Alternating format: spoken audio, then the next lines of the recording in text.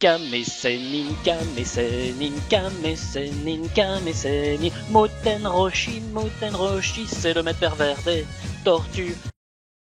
Bonjour à tous et bienvenue dans Dragon Ball Cast, votre podcast sur Dragon Ball, épisode 94, comme on dit en Belgique, car je suis toujours avec mon fidèle Shonen Gohan. Bonsoir et vive le 94. Hein. Et oui, et nous recevons ce soir Kaiwai. Un autre Belge, salut. Un autre salut Belge. À tous. La Belgique à l'honneur, hein, je me sens en minorité. Tu es en minorité, c'est un fait. C'est mathématique. La Belgique nous envahit, ça y est. Ça y est. C'est pour ça que tu dis 94, hein, t'as pas osé dire 94. Hein. Eh oui, mais non, mais c'est un hommage, j'aime bien 90, tu vois. Beau, je trouve ça plus logique. Oui, déjà. Donc là, pour ce coup, vous avez raison. Hein. Ouais. Et donc, cette fois, on va traiter d'un personnage très important, je dirais même essentiel Tout à fait. à Dragon Ball. C'est le personnage de Muten Roshi, plus connu sous le nom de Kame Sennin, ou pour les plus vieux d'entre nous, connu sous le sobriquet de Tortue Géniale. Tortue Géniale. Eh bien, ça fait un bon moment qu'on essaye d'organiser ce podcast. C'est vrai. Ça, c'est clair. Et donc, on est content d'enfin l'enregistrer. Car je l'ai pas dit, mais j'ai retrouvé le tweet. Le premier tweet date du 14 avril. Donc, vous voyez, nous sommes actuellement le 10 août. Donc, ça fait beaucoup. Donc, moi, c'est mon perso préféré. Hein. C'est pour ça que vous m'avez appelé, vous m'avez téléphoné. Ouais, c'est pas vrai, tu mens des mensonges. Ça, en fait. Ouais. Donc, on a un fan de Vegeta, on a un fan de Gohan. C'est ça. Alors, c'est réducteur, parce que moi, certes, Vegeta est un de mes préférés, mais par exemple, Kame Sennin ou Piccolo le sont aussi, tu vois. Ouais. C'est aussi pour ça que je suis là, tu vois. C'est très bien. Voilà. C'est très bien. Kame Donc Sennin, on va aborder sa vie, son œuvre. son œuvre. Sa vie. C'est légende. Nous allons aujourd'hui l'interviewer en exclusivité pour vous. C'est presque pendant ça. son cours d'aérobic quotidien. Ouais. Je te laisse l'honneur de commencer, du coup. Kame Sennin. Vous avez quelque chose à dire avant que je ne me lance dans mes péripéties sur le personnage? Vous l'appelez comment? Kame Sennin, Muten Roshi ou Tortue Géniale quand vous en parlez? Eh ben, ça va dépendre. Si je parlais du combattant de manière sérieuse, etc., du maître, je vais plutôt dire Muten Roshi. Si je parle du personnage de manière générale, et puis surtout les côtés comiques, je vais plutôt dire Kame Sennin, tu vois. Ouais. Et si je m'adapte aussi, si je parle à quelqu'un de ma génération, et enfin notamment ceux qui ne connaissent que la VF, je vais dire Tortue Géniale, tu vois. Tortue Géniale, ouais. Mais j'aime les trois noms, justement, donc... C'est vrai que chez nous, il n'y a qu'un nom, c'est Tortue Géniale. Au Japon, on pourrait presque dire qu'il y a trois noms au personnage. Il est présenté d'abord sous le nom de Kame Sennin, le maître des tortues, l'ermite tortue. Et puis plus tard dans l'histoire, il est mentionné comme Muten Roshi. Ça, c'est censé être son nom d'artiste martial lorsque notamment il se présentait au tournoi d'arts martiaux, au Tenkaichi Budokai. Il était appelé Muten Roshi, qui a une signification, puisque vous savez que Toriyama il aime bien de faire des jeux de mots avec les noms des personnages, et donc ça veut dire, entre guillemets, ça veut dire vieux maître en arts martiaux au-dessus des cieux, donc céleste, donc qui se... Rien que ça, quoi. Ouais, voilà. Donc ça reste quand même un titre, ça pourrait être son nom, son vrai nom, mais ça reste aussi un titre. Donc si c'est un titre, vieux maître en arts martiaux, quand il était jeune, ça m'étonnerait qu'il se soit appelé vieux maître en arts martiaux. Donc est-ce que c'est son vrai nom? On ne sait pas, mais en tout cas c'est comme ça qu'il est présenté. Non, à l'époque c'était jeune maître en arts martiaux, tout simplement. C'était jeune. Tout à fait. Jeune novice. Shonen Muten Roshi? C'est ça, voilà, Shonen Roshi ou... Shonen Roshi, ouais. Shonen Roshi? Il est aussi, justement, il le dit à un moment donné dans un chapitre qu'il était appelé par son maître Kame-chan dans sa jeunesse. Donc la petite tortue, quoi, si vous voulez. Dans un chapitre, il le dit, ça? Il le dit dans un... Entre deux chapitres, il y a une illustration où on le voit. Et il dit, à l'époque, on m'appelait Kame-chan.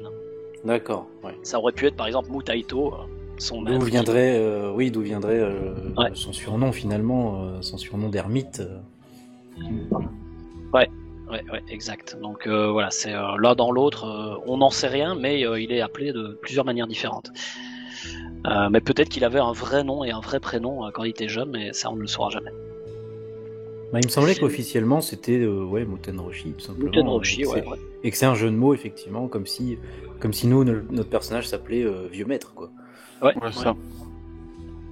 Ouais, donc voilà pour le nom du personnage, hein, c'était bien d'en parler. Maintenant, où est-ce que Toriyama a pu piocher l'inspiration pour ce personnage?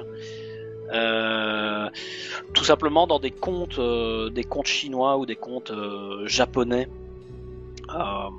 où il y a un personnage en fait dans un conte japonais du XIIe siècle, dans des vieilles légendes bouddhistes, qui s'appelait Kume Sennin. Donc ça c'est vraiment un personnage qui a été écrit il y a très longtemps, et c'est évidemment un ermite qui vivait dans les montagnes, et la légende qu'il volait sur un nuage.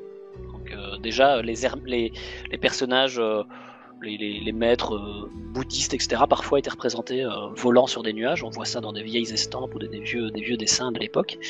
Et donc c'est un personnage qui volait et qui est tombé sur des jeunes filles qui étaient en train de laver leur linge à la rivière. Et forcément, il a décidé de descendre de son piédestal et d'en marier une. Donc ça c'est une légende qui existe. Et qui d'ailleurs parlait de la manière dont il consommait la jeune fille, si vous voulez. Donc, c'était déjà quand même un petit conte. Et ça, c'est une légende qui est originaire ça, c'est une légende japonaise, si je ne m'abuse. Ouais. Mais il y a également un équivalent en Chine. D'accord. Et d'autres contes chinois. Et donc, dans certains contes chinois, et ça c'est intéressant par contre, les sennin, donc les maîtres,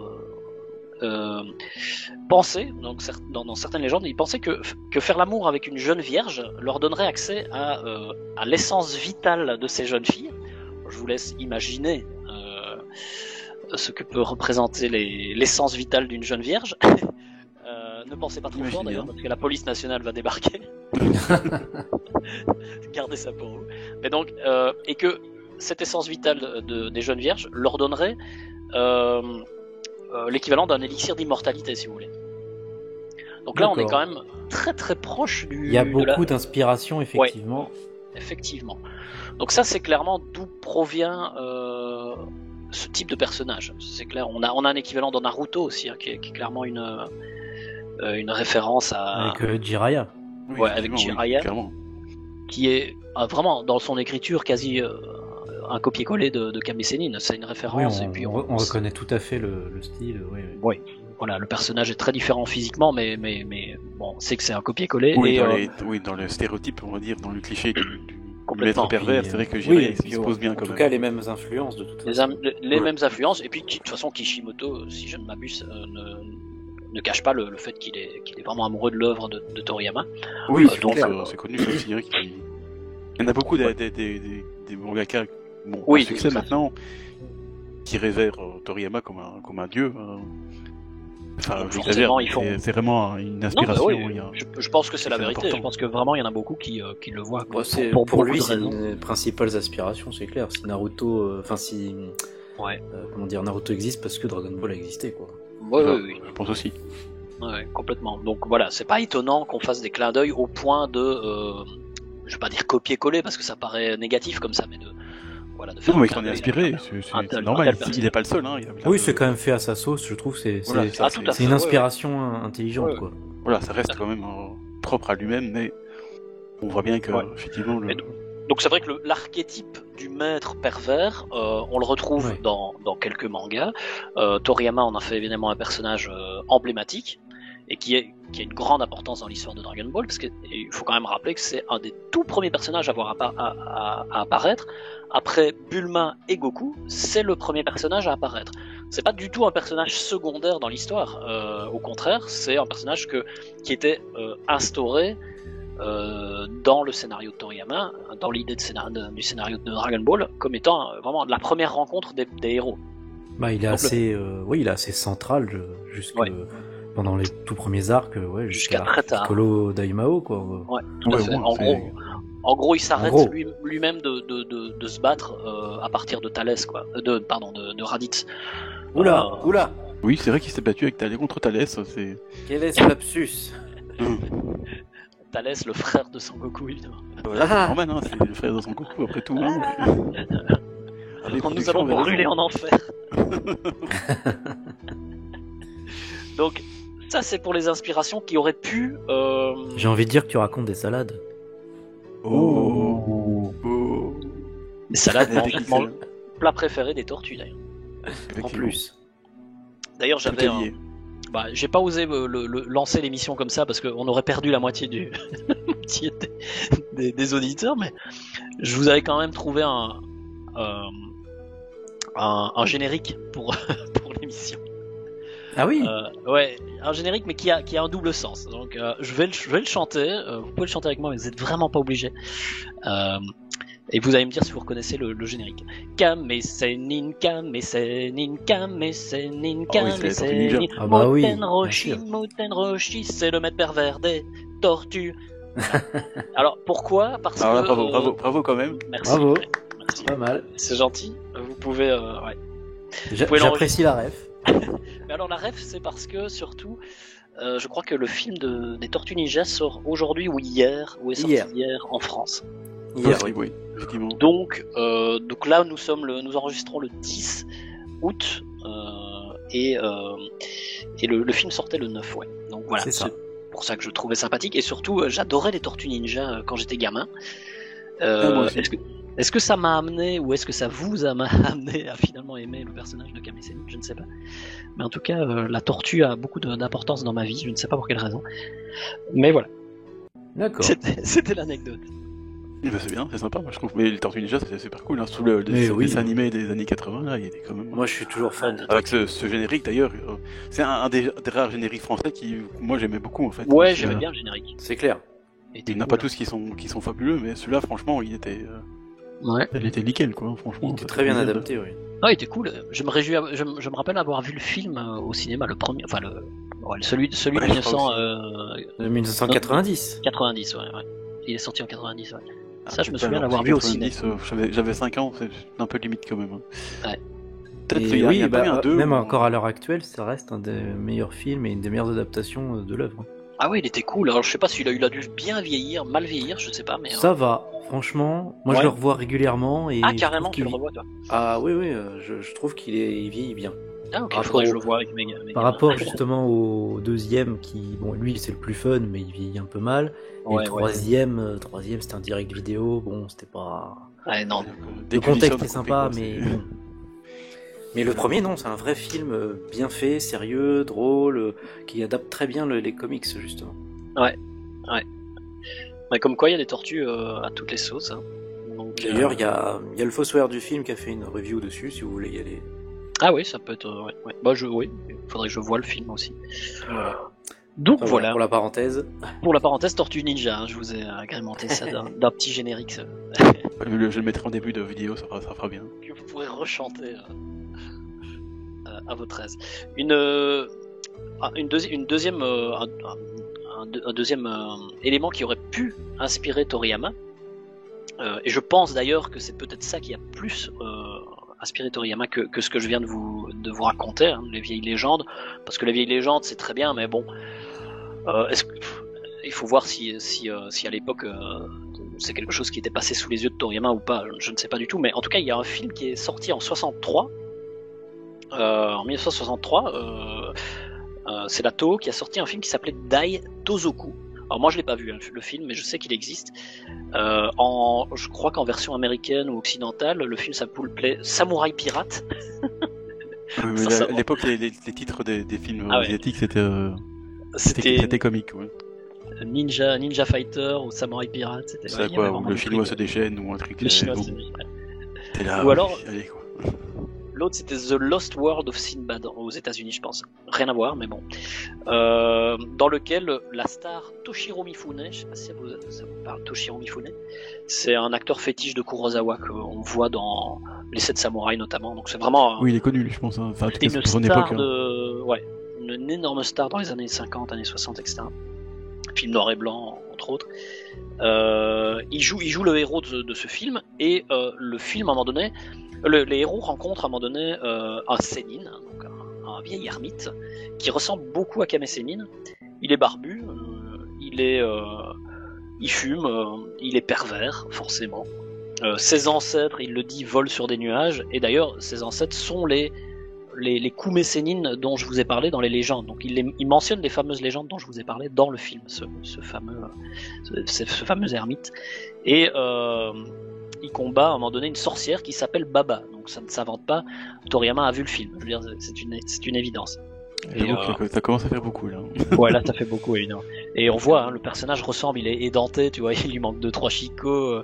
Il a vraiment la tronche de Kame Sennin, il est chauve, donc voilà, c'est clairement quelque chose qui a inspiré Toriyama. C'est les années en 63, il a dû le voir, il était ado, donc voilà. C'est peut-être des choses, des petites anecdotes, mais qui sont sympas. On sait pas, mais en même temps, on peut imaginer que ça a pu orienter la création du personnage de Kame Sennin. Oui, surtout que c'est pas la première fois qu'il s'inspire de films. Hein, non, clairement. Parce que Dragon Ball est inspiré de ses films préférés, donc il y a beaucoup, donc ça m'étonnerait pas qu'effectivement qu'il se soit inspiré de ce film-là.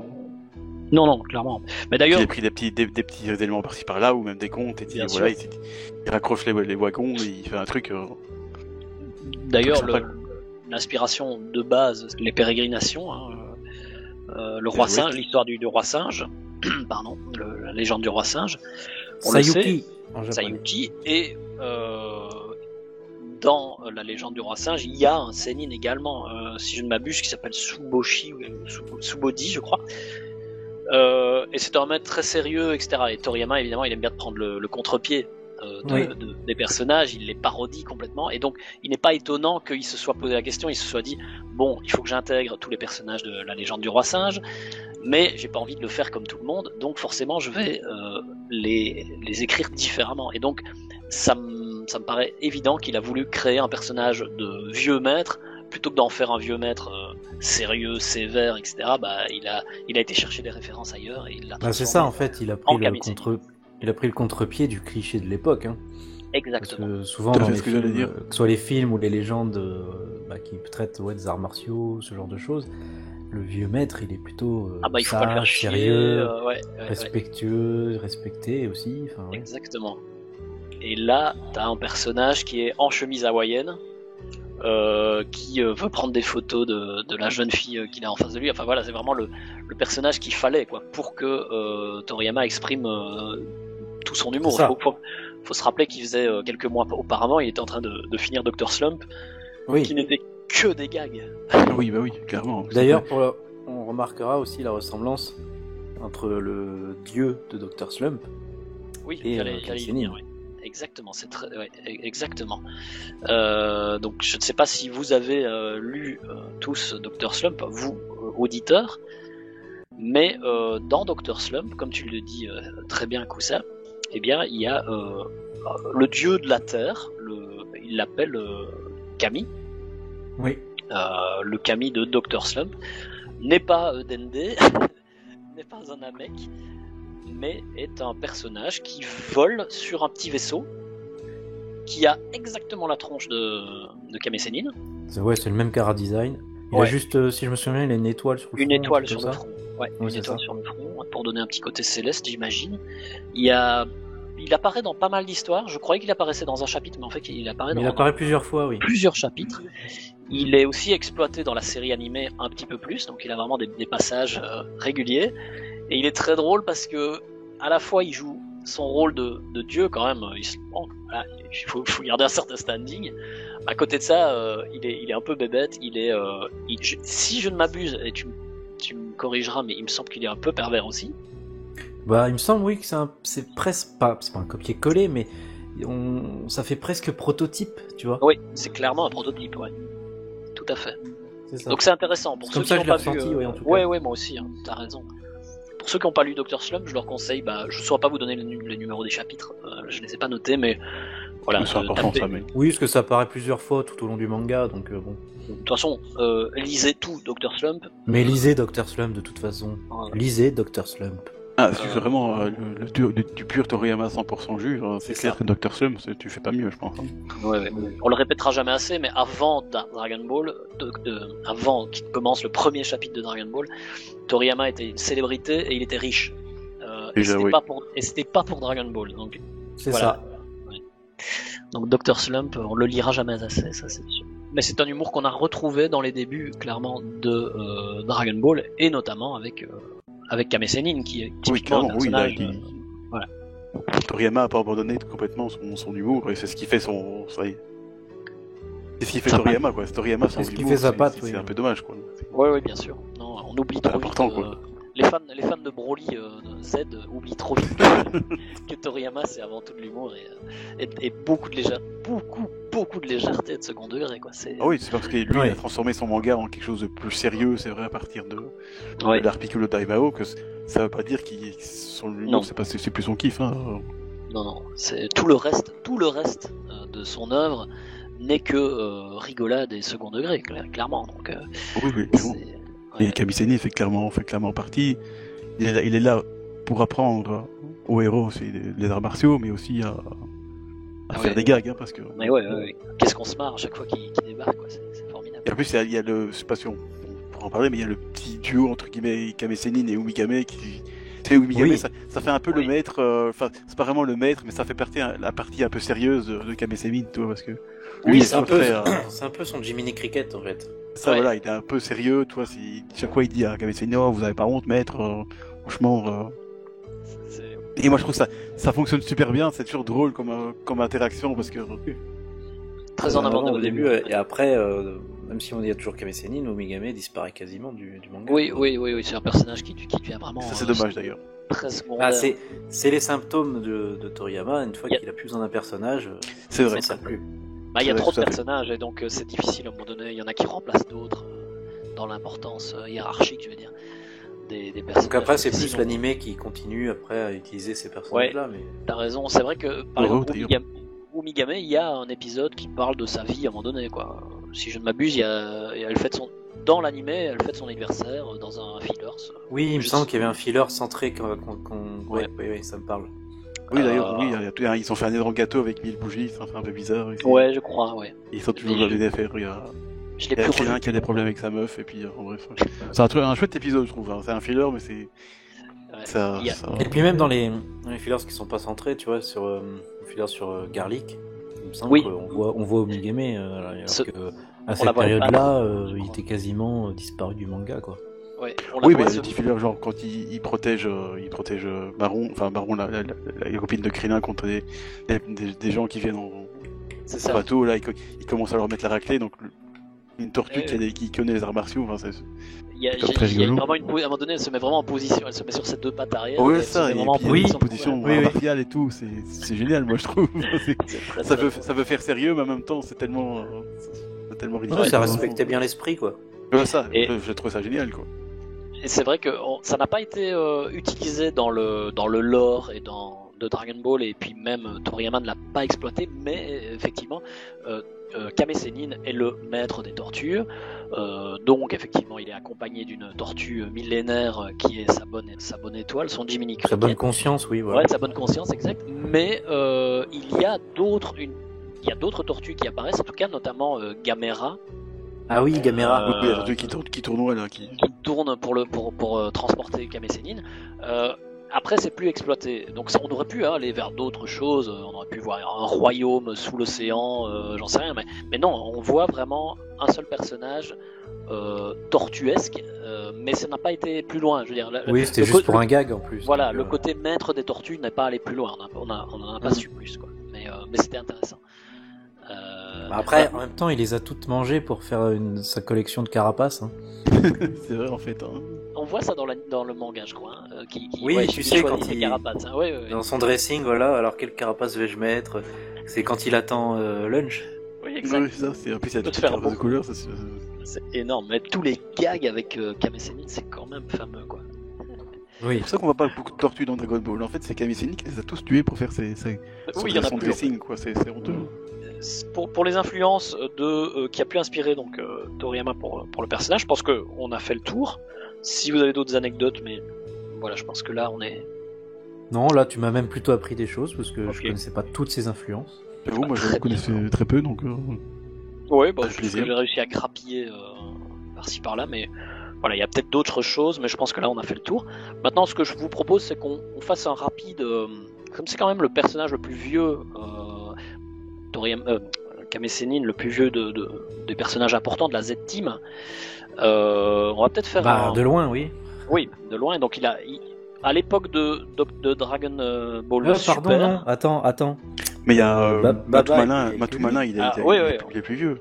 Oui, il y a pas vraiment un personnage principal. T'as Baba, Mister Popo, Baba mais en tout cas, et dans les humains, on va dire, voilà. Il y a quand même Baba qui est plus vieille que lui, quoi. Qui est plus vieille que lui, et il y a également... C'était sa grande sœur ou sa petite sœur, je suis en train de me dire, c'est sa grande sœur, voilà. Ouais. Et il y a... de mémoire, lui, il est dans les 300 et elle dans les 500, un truc comme ça. Ça, c'est ce qui est effectivement noté. Je vous propose de juste vous parler du tout début, et puis après, on va rebondir directement sur ce que tu viens de dire. Comme ça, il y aura des choses à dire là-dessus. Donc, Dragon Ball, donc vraiment le manga, débute en 749. Là, je vous le dis ça pour que les auditeurs visualisent un petit peu la timeline, parce que tout le monde n'a pas une idée globale de la timeline de Dragon Ball. Moi, avant de l'avoir étudié pour les besoins d'un projet, je les connaissais pas par cœur. Tout le monde n'est pas wiki Dragon Ball, ou tout le monde n'est pas Dragon Ball Ultimate à connaître toutes les dates par cœur. Donc pour vous donner une idée, le Dragon Ball commence en 749, donc 750, et se termine 35 ans plus tard, en 784. Vers 784, donc la fin de Dragon Ball, Tortue Géniale, donc Kame Sennin, a plus ou moins 350 ans. Il vient d'avoir 350 ans. Donc voilà, c'est un personnage qui est vieux, très vieux, et qui a connu la Terre avant que les Dragon Ball n'apparaissent. Donc ça, c'est assez important de le dire quand même. Quand il est né, les Dragon Ball n'étaient pas encore sur Terre. Ça, c'est mathématique, c'est noté dans toutes les infos qu'on peut avoir, dans les guides, quand on lit le manga, etc., qu'on fait un peu la synthèse. C'est ce que ça donne, quoi. Donc, première date que moi j'ai notée, c'est moins 237. Moins 237, c'est la naissance d'Umigame. On voit Ah oui. Ouais. C'est une tortue de mer naît, elle va apprendre le langage. Oui, parce qu'elle est millénaire, c'est vrai. Et vivre 1000 ans. Ça, c'est ce qui est dit dans l'animé. Donc, c'est pas dit dans le manga, c'est dit effectivement dans l'épisode 117. Ouais. Oui, là où elle fête son anniversaire, effectivement, elle fête ses bilans. Voilà, exact. Donc, c'est pas dit dans le manga, mais elle est censée avoir plus de 1000 ans. Donc, elle vieille, date, ça, c'est sûr. Elle date la vieille. La date suivante, donc je vous passe tout ce qui n'a pas vraiment rapport avec Kame Sennin, en tout cas de loin, c'est la Mister Popo, Karine, tous ces gens qui sont venus dans le panthéon terrestre de Dragon Ball, mais bon, ça, ils sont plus vieux, mais on va pas en parler. La deuxième date, c'est ce que tu viens de dire, c'est ce qui est noté en fait dans le grand dictionnaire de Dragon Ball. Oui, le premier Daisenshu. Ouais, exact, c'est que Baba, Uranai Baba, commence cette divination, c'est noté, commence cette divination à l'âge 250. Ah oui, donc, je me souviens de ça. Oui. Voilà. Maintenant, c'est pas dit, c'est dit nulle part d'autre. Donc, elle pourrait très bien avoir, c'est sa grande sœur, mais elle pourrait avoir 3 ans de plus que lui. Ça, je veux dire, on n'en sait rien en vrai. Mais c'est ce qui est noté effectivement dans le grand dictionnaire. Est-ce qu'on prend le grand dictionnaire comme étant une science exacte? Ça, c'est chacun qui le. Ça dépend pourquoi, parce que parfois il y a des choses qui sont très extrapolées. Ouais. Mais bon, c'est plus officiel que sorti de nulle part, donc bon, oui, bien sûr. En l'absence d'informations. On peut garder ça comme comme une indication intéressante. Parce que dans l'épisode 70 de Dragon Ball, 70 donc, il dit que sa sœur, donc Kame Sennin dit que sa sœur fait des divinations depuis 500 ans. Donc dans l'animé, il le dit aussi, que ça fait un moment qu'elle fait ses divinations. Mais alors, la question que moi je me suis posée, c'est, ok, si c'est la vérité, d'accord, mais les parents, ils ont eu un enfant quand ils avaient 20 balais, et puis ils ont eu un enfant quand ils ont eu 520 ans, tu voyez ce que je veux dire? Oui. Si c'est sa sœur, qui sont les parents derrière? Dans la famille, ils vivent vieux. Oui, c'est vrai que dans le manga, il dit juste que sa grande sœur, il n'y a pas l'écart d'âge. Oui. Voilà, donc c'est très particulier quand même. Ouais. Si moi je te dis ma sœur, ma sœur ça va, elle est un peu plus vieille que moi, elle a 500 ans de plus que moi. Oui, mais ok, mais tes parents ils foutent quoi de leur vie, quoi. C'est clair. Ouais, donc voilà, c'est très particulier. C'est la question que moi je me suis posée, mais voilà, on va garder ça comme étant une possibilité. Oui, c'est pour ça que parfois, quand genre de trucs un peu bizarres, c'est vrai qu'on se dit, bon, avec, vraiment, tu peux prendre ça comme argent comptant, comme on dit. Ça dépend un peu de l'information, quoi. Voilà, moi je me suis beaucoup intéressé à la vie de Tortue Géniale parce que j'ai écrit une fanfic, on va dire, sur le sujet, mais donc effectivement tout ça je les ai notés et je me suis vraiment posé des questions autour. C'est pour ça que j'extrapole un peu sur des détails dont on se fout un peu, mais c'est intéressant de les relever parce que c'est des choses auxquelles on ne pense pas systématiquement, donc c'est marrant. En 261, il y a Katatz, donc qui est un Namek qui envoie son fils sur Terre. Son fils qui va devenir évidemment le dieu de la Terre. Donc ça c'est en 261. 30 ou 40 ans plus tard, le fils de Katatz arrive sur Terre. Donc Tortue Géniale n'est pas encore né quand le futur dieu de la Terre, le Namek, fils de Katatz, débarque sur Terre. Ensuite on a la naissance de Roshi, Muten Roshi, qui est 430. Donc en 430 il est né. Ça encore une fois c'est un détail précis qui apparaît dans le dictionnaire de Dragon Ball. Oui, il y a beaucoup de dates là. Voilà, c'est des dates qui essayent dans la partie chronologie, quoi. Ouais, c'est intéressant parce que ça va vraiment chercher. C'est plus ou moins logique dans ce qu'ils font. Ils essayent vraiment de raccrocher des petits détails qu'on entend à droite à gauche dans l'animé, dans le manga, etc. Et ça donne quand même plus ou moins une vision globale. Un an plus tard, le fils de Katatz, donc le fameux Namek qui est arrivé sur Terre, visite l'ancien Kami pour devenir son successeur. Donc ça c'est quelque chose qui est aussi dit dans le Daisenshu 7, donc le guide, le dictionnaire. Oui, d'ailleurs je me suis toujours dit, n'empêche, le gars il vient d'arriver, hop, il rencontre Dieu, il veut lui succéder. Il est plutôt pas mal, c'est un vieil... Je viens d'arriver... Non, il lui a fallu du temps, parce qu'il est arrivé sur Terre en 261, et c'est seulement en 431, donc 250 ans plus tard, qu'il... Ah non, c'était 250 ans plus tard, ok. Ouais, donc en fait il a visité l'entièreté de la Terre, il le dit, je crois, dans le chapitre 164. Ouais, il a pas mal voyagé. Ouais. Il a voyagé, et c'est même d'ailleurs au contact des humains qu'il a une partie de lui, une petite partie de lui qui est devenue noire, qui a produit plus tard Piccolo Daimao. Voilà, donc, les humains ont planté la graine, encore une fois. La graine, ouais, exactement, dans son cœur de Namek pur. Donc c'est intéressant ça, même si ce n'est pas du tout exploité, ils le disent quand même, donc Donc effectivement, il a cette partie je peux devenir dieu de la Terre, mais j'ai quand même cette petite partie de moi qui est négative et qui est née de mes rencontres avec les humains. C'est ça. Donc il a bourlingué et il a fini son voyage chez Dieu. Donc c'est plutôt balèze. Ouais. C'est pas mal. Ouais, d'ailleurs, le gars sympa pour devenir dieu, il s'est dit ok, je me débarrasse de ma partie maléfique et je l'envoie sur Terre comme ça, voilà, puis je suis débarrassé. Ouais, en soi ça n'a aucun surtout l'ancien dieu. Sympa quand même. C'est surtout l'ancien dieu qui lui a dit qu'il en avait une. Ouais, effectivement. D'ailleurs, si vous connaissez le fan manga de Gotenken, vous connaissez notre ami Gotenken, il a, alors je sais plus le nom de cette œuvre-là, mais il a vraiment exploité toute cette partie-là où un jeune Namek va voir le dieu de la terre, et puis voilà, il y a tout ça est bien écrit. Moi j'ai vraiment adoré le manga le fan manga de Gotenken sur ce sujet. Voilà, c'était pour la petite parenthèse. Il sera content s'il nous entend d'entendre ça. Oui, il les écoute on encourage toujours à les lire. Oui, en plus, moi j'adore ce scénario qu'il a fait. Voilà. Alors, à l'âge de 18 ans, 448, Roshi devient élève de Mutaito. Ah. Alors, ça on le voit dans l'épisode 129 de Dragon Ball. Hein. On a choses sérieuses. Un fillers. Tout un fillers avec... Oui, en flashback, là, oui. Ouais, qui est vraiment pas mal. Donc à 18 ans, il devient élève de Mutaito et il rencontre évidemment Tsuru Sennin qui devient son grand rival. Tout à fait. Ouais. Le fameux mythe Air Crane. Ouais. Exact. D'ailleurs, il le faisait... il le mettait chauve rasé aussi à l'époque.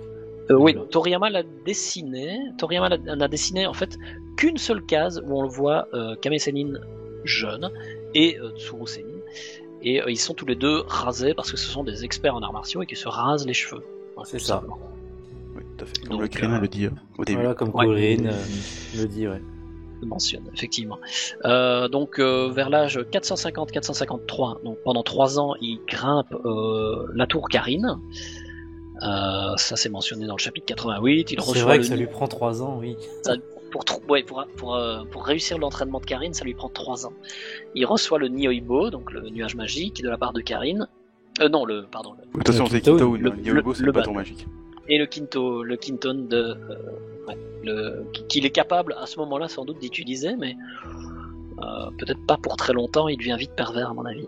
Ouais, à mon avis, ça va durer longtemps. Tristesse, quand même.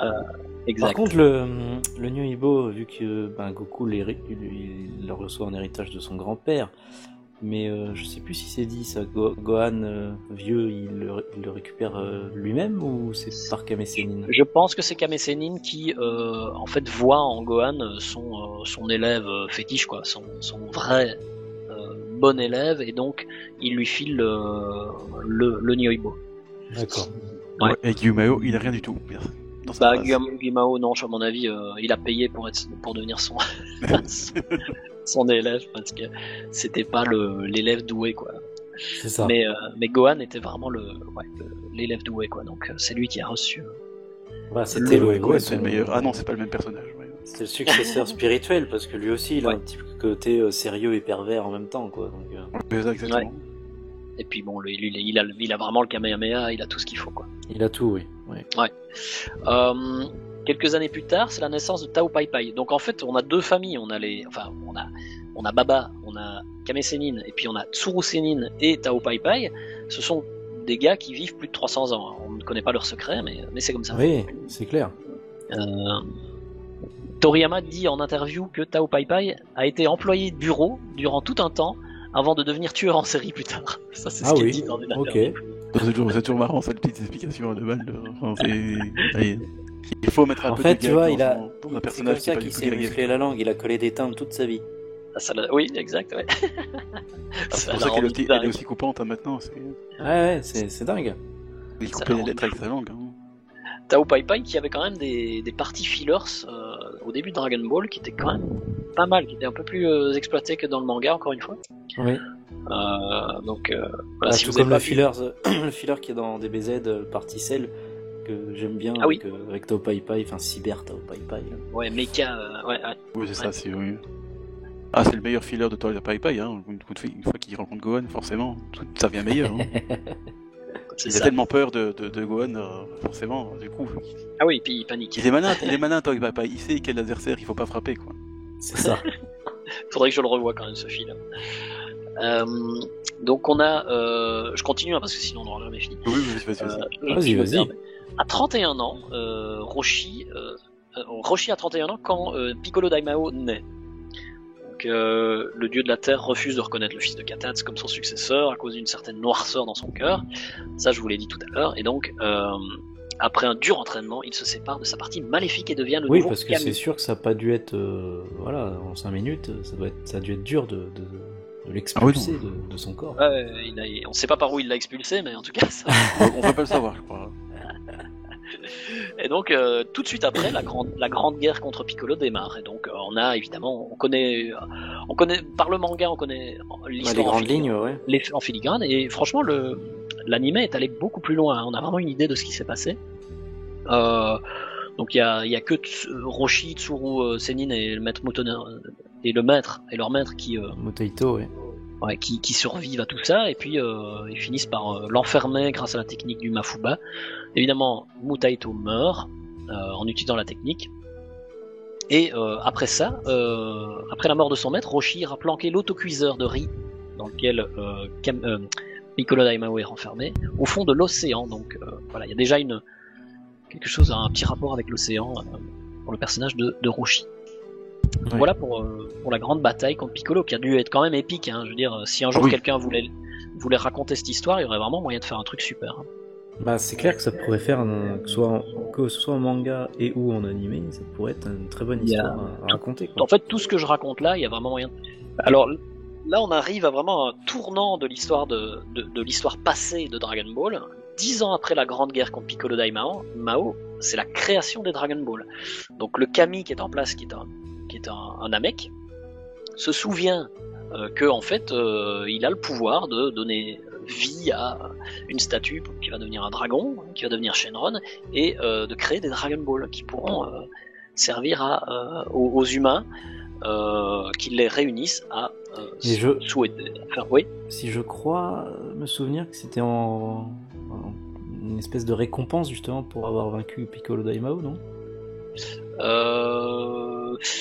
Je sais plus ce qui est dit. Là, comme ça, ou quelque chose pour les motiver, je sais plus. C'est pour leur donner de l'espoir, du courage aux humains en cas d'urgence et de grand danger. Donc si effectivement ils retombent sur ce genre de grands périls, eh bien ils auront l'espoir en tout cas de pouvoir les surmonter. C'est pour que en fait Dieu n'intervienne pas directement pour sauver ses ouailles, on va dire, mais qu'il leur donne quand même de l'espoir. C'est ça, et donc, puis en fait, c'est de tirer un peu l'humanité vers le haut, d'aller à la quête, une quête initiatique un peu, voilà, ce genre de choses. Là aussi, il y a des belles choses à raconter, je pense, si on devait extrapoler ce genre de choses. Donc voilà, il s'agit tout simplement de la date de naissance de Shenron en 470, et Roshi a 40 ans déjà à cette époque-là, donc le personnage était déjà bien dans son monde avant même les Dragon Ball. Une petite anecdote, quand Roshi avait 44 ans, vraisemblablement Dabra a envoyé un sbire sur Terre, où il est venu lui-même. En tout cas, Bad Bidi utilise ses pouvoirs pour manipuler le souverain des démons Dabra, du royaume des démons, et il envoie l'un de ses sbires, ou lui-même, sur Terre, pour vérifier s'il n'y a personne qui pourrait leur résister lorsqu'ils s'installeront. Ils s'installeront là 300 ans plus tard. Donc ça a été dit dans le manga, c'est peut-être quelque chose qui vous est passé inaperçu. Donc vraisemblablement, Dabla ou un de ses sbires aurait pu croiser à un moment donné, à 44 ans, Roshi. Bien sûr, peut-être Roshi aurait gagné contre Dabra, tout le monde le sait. Tellement surpuissant que... Donc voilà, ça reste intéressant. Et puis ensuite, il crée petit à petit ses techniques.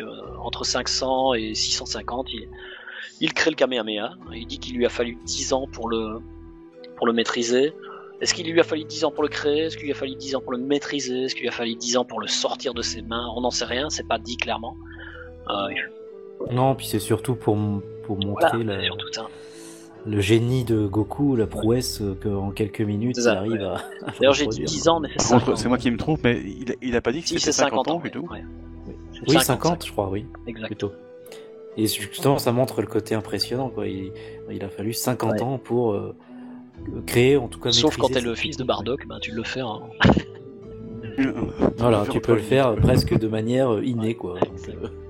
D'ailleurs, c'est un peu insultant quand même. Tu passes 50 ans à faire une technique, puis t'as le pays à côté de toi, il a 11 ans, il te recopie ta technique en 3 secondes, et en plus, bon, dans le manga, elle est pas très puissante, mais dans le film 4, par exemple, de Dragon Ball, l'armée du ruban rouge, tu as fait un Kamehameha de péter. Alors que c'est la première fois qu'il le fait, quoi. Je veux dire, c'est ça. Tu te sens et puis même le grand-père Gohan, même si c'est pas précisé, je pense que ça lui a pris un peu moins de temps. Oui, c'est vrai qu'il est, il est particulièrement doué aussi, quoi. Ensuite, entre 550 et 650, il y a un roi sur Terre qui a réuni les Dragon Ball. Pour la première fois, les Dragon Ball sont réunis. Et il souhaite de devenir le roi de la Terre. Donc il y a un souverain qui fédère en fait toutes les régions, tous les pays de la Terre, quoi. Donc ça c'est vraiment pour le côté historique, je veux dire, qui colle un peu à la période où Kame Senni a vécu. C'est assez intéressant parce que c'est un personnage qui raconte beaucoup sur le Dragon World, quoi. Quand on étudie son histoire. Qu'est-ce que j'ai d'autre à dire? 100 ans, ouais. Ah oui, il a trouvé aussi la fameuse Dragon Ball à 3 étoiles, dans l'océan. Oui, puis du coup, il l'a depuis un moment, puisque ça fait un moment. Une centaine d'années, je crois. Utilisé. Ouais, c'était ça, une centaine d'années. Exact. Dans le Daisenshu, donc dans le guide, ils disent que il commence sa collection de magazines porno en 553. Donc là, ils ont été Ah oui, je me souviens de cette anecdote. Et ça le rend impur. Donc est-ce que c'est ça qui a fait qu'il est devenu... Voilà. Et il mentionne même... sa collection inclut d'ailleurs le classique des romans érotiques, les jeux interdits de Bob et Margaret. Et ça c'est une anecdote. En même temps, quand tu vis des siècles comme ça, faut bien t'occuper. Ouais, c'est normal, attends. D'ailleurs, je me demande si quand il était chez Karine, s'il a pas traîné 3 ans quand même parce qu'il lisait des magazines porno en cachette pendant qu'il était chez Karine, chez Maître Karine. Ah oui, peut-être. Hein, parce qu'à un moment donné, tu t'emmerdes avec un chat. Il a peut-être pris quelques magazines avec lui. À 220 ans, vers l'âge 650, Kame Sennin trouve de la Dragon Ball. Voilà, ça c'est ce qu'on a dit. Et puis en 650, la création des Tenkaichi Budokai, donc les grands tournois des arts martiaux. Ah oui. On ne connaît pas évidemment tous les résultats des tournois, mais il y a des personnages qui sont susceptibles de l'avoir remporté, bon, notamment Roshi, on sait qu'il en a gagné. Tsuru Sennin en a peut-être gagné, on n'en sait rien. À l'époque, Tao Pai Pai en a peut-être gagné. Draculaman, Miken. Comme son maître, s'il avait toujours vécu, il aurait pu en gagner, je pense. Ah ouais, complètement. En tout cas, il n'existait pas à cette époque-là. Mais donc oui, les Tenkaichi Budokai qui gagnent une ou deux fois, oui. Je crois, quelque chose comme ça. Oui, tout à fait, 2 fois je crois. Et je sais plus exactement ça, j'ai pas noté. Et puis il y a un truc aussi, Akuman. Ah oui. Le démon de Baba. Il est censé avoir vaincu, être champion de. Il l'a remporté. Tenkaichi Budokai aussi, oui. Exact. Ouais, donc ça c'est marrant. C'est aussi des personnages intéressants. Voilà, le 658, la naissance de Gohan. Donc Gohan n'est pas un vieillard qui a vécu aussi longtemps que Kame Sennin, par exemple. Oui. Donc c'est pas un Sennin, il n'a pas vécu aussi longtemps. Il est vieux, mais d'une échelle humaine, quoi. Exact. Ouais. Oui, ça je pense. Bon, après Gohan Sennin, ça aurait fait bien. Oh bah putain. Gohan Sennin, ouais. Gohan Sennin, ça va bien. Voilà, ouais, sinon, il crée son école quelques années plus tard, et il a deux élèves, hein, Sangohan et Guimao, qui tournent mal. Qui tournent mal quand au début de Dragon Ball, on le voit et il se fait engueuler par Kame Sennin parce qu'il a tué des gens. Oui, il a terrorisé les gens sur son domaine, tout ça. C'est ça. Il a réussi à foutre le feu quand même à son château de manière pérenne, c'est énorme. Exact. Ouais. Donc voilà, on ne connaît pas bien son histoire, Guimao, mais au papa de Chichi, mais c'était pas un rigolo. Au début, après, c'est le perso qui sert plus à rien, mais ça c'est pas grave. C'est juste l'oncle gâte, enfin le grand-père gâteux, quoi. Qui va gâter Gohan, et puis après Goten, c'est pas aussi. Hein. Ouais, complètement, très mignon. Quoi. Puis après, dans Battle of God, il a fait un régime, et puis voilà, il est devenu tout mince. Ouais, c'est vrai. Il est trop bizarre. Moi, quand j'étais gamin, il me faisait penser à Carlos. Ah ouais, il a la carrure de... Je vois qu'il y a... Il porterait la chemise hawaïenne de Kame Sennin. Il y avait la même bonhomie, la même carrure. La même bonhomie. Ouais, c'est vrai. Il y a un peu ça. Il a dû faire des chansons et tout. Voilà pour son école. Donc, ils font son école et puis on connaît le slogan de son école: bien travailler, bien étudier, bien s'amuser, bien manger. C'est ça. Bien se reposer, c'est ce qu'il dit d'ailleurs quand ils sont dans un hamac avec Goku et Krillin. C'est ça. C'est ça. Et puis Dragon Ball Super a rajouté bien bouger. Vous savez quand il esquive un coup de Jiren, il esquive. Ouais, ça c'est un peu pour. Alors qu'en vrai, après avoir inventé le Kamehameha, il a été un peu gros flemmard, hein, parce que il a pas poussé jusqu'à la danse de l'air. Non, c'est ça. Ouais. D'ailleurs, c'est très intéressant cette histoire de danse de l'air. Je me suis beaucoup posé la question, pourquoi est-ce que ce personnage qui est si doué ne s'est pas volé? Alors évidemment, c'est tout simplement parce que Toriyama, quand il l'a créé, il n'avait pas encore des personnages qui volaient. Oui. Voilà, les personnages commencent vraiment à voler. Goku, il vole tard, hein, quand on y pense bien. Il vole vraiment à l'époque de Dragon Ball. Ah oui, très tard. Presque de Dragon Ball Z, quoi. Bah juste avant, contre Piccolo, quoi.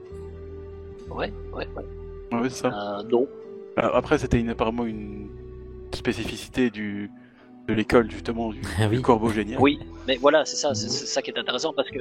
Et donc forcément, il a appris de Dieu, mais Chez les humains, apparemment, c'était pas une spécificité de Tsuru Sénin. C'est ça, donc c'est intéressant ça, parce que voilà, on peut quand même imaginer que quand Krillin l'apprend très facilement, Tenshinhan, Chaos, etc., on peut se poser la question de dire pourquoi est-ce que Kame Sennin n'est pas capable de le faire. Mais je te dis, la flemme. La flemme, ouais, un petit flemmard. Ouais, parce qu'honnêtement, je pense que s'il l'apprenait, je pense qu'il pourrait se donner les moyens. Et si même par plus tard, il pourrait se donner les moyens de le faire, mais c'est juste que c'est une tortue et il vole pas, quoi.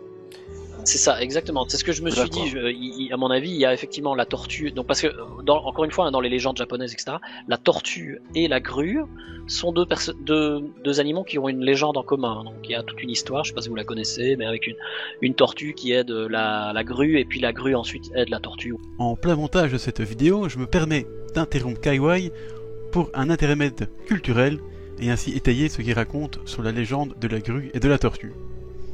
Lors d'une inondation ayant tout noyé, la grue, désormais sans endroit où se poser pour se reposer, allait donc mourir de fatigue. Une tortue proposa alors à la grue de se reposer sur son dos le temps que la décrue arrive, lui sauvant ainsi la vie. Quelques temps plus tard, lors d'une sécheresse exceptionnelle, dans la même zone, la tortue se desséchait et allait donc mourir du fait de cette privation d'eau. La grue proposa alors à la tortue de l'aider. La grue souleva alors la tortue et l'emmena à travers des airs jusqu'à une autre région où la sécheresse ne sévissait pas, lui sauvant ainsi la vie à son tour. Donc voilà, si le sens de cette histoire porte avant tout sur la complémentarité des talents, sur la nécessité de coopérer avec les autres et sur les vertus de l'entraide, elle montre également l'association de deux éléments contraires mais complémentaires.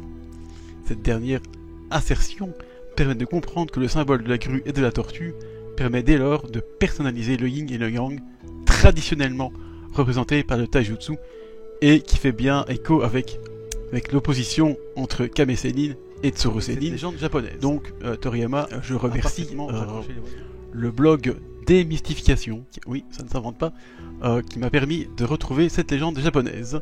Et je vous laisse maintenant avec à nouveau le podcast. Donc il existe une histoire, et c'est de cette légende que Toriyama a tiré la rivalité entre les deux personnages. Et effectivement, on peut imaginer que, bah oui, il y en a un qui s'est volé et l'autre pas, tout simplement. Oui, et puis c'était raccord avec le lore, parce que l'école de la tortue, bah, sa technique fétiche, c'est le Kamehameha, avec le jeu de mots qu'on connaît entre le roi hawaïen et Kame qui est tortue. Et tandis que chez Tsuru Sénin, qui est la grue, bah, c'est un oiseau, il vole, donc la technique fétiche, c'est plutôt le vol, quoi. Complètement, c'est logique. C'est parce qu'après, ça devient... Et après, ça devient... la norme. La norme, voilà. Ça devient la norme. Ouais, exact. Donc voilà, c'était intéressant de se poser la question. Et ça montrait la puissance des persos aussi dans cette époque-là. Parce qu'on voit Piccolo Daimao qui maîtrise le vol, pareil, à la perfection. Oui, les extraterrestres globalement. Voilà, alors que jusqu'ici on avait genre 3 persos qui volaient, c'était déjà le bout du monde, quoi. Donc, et c'était vraiment une technique particulière. Ça montre que c'est la norme, notamment chez les méchants. Donc, oui. Donc voilà pour la chronologie. Après on rentre dans l'histoire. Ça c'était tout ce qui se passait avant Dragon Ball. Oui. Évidemment l'histoire de Dragon Ball. Voilà, je vais pas on va pas la redétailler. La dire, on la connaît. Mais si en tout cas on fait un résumé de tous les combats de Kame Sennin, en fait il intervient énormément. Il y a vraiment beaucoup de chapitres où on le voit combattre. On le voit combattre en Jackie Chun.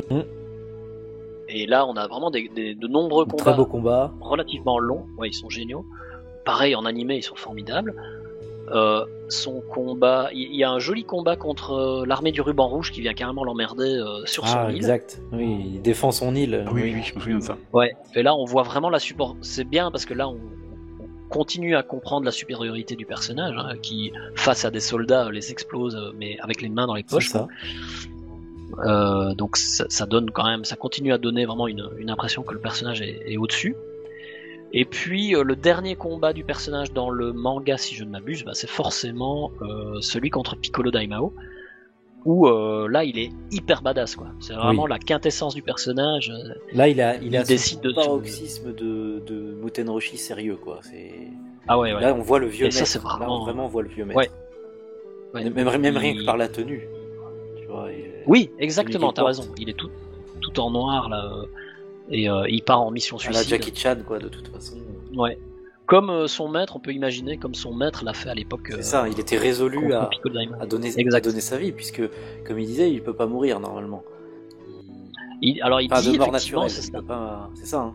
Ouais, non, en fait, il ment à Tenshinhan. Il dit t'inquiète pas, j'ai bu l'élixir d'immortalité. Oui.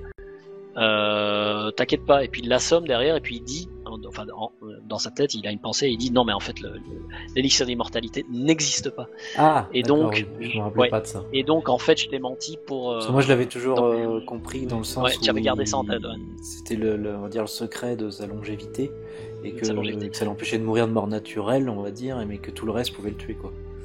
Ouais. Et ben, c'est bien parce qu'on rebondit sur le prochain sujet. Ouais. Quel est le secret de sa longévité ? Voilà. Eh bien... Ah bah il mange des tortues, c'est normal. Hein. Ouais, par exemple.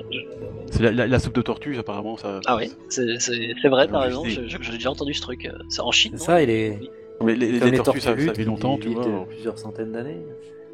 Alors je vous interdis de boire de la soupe de tortue. C'est mon personnage préféré.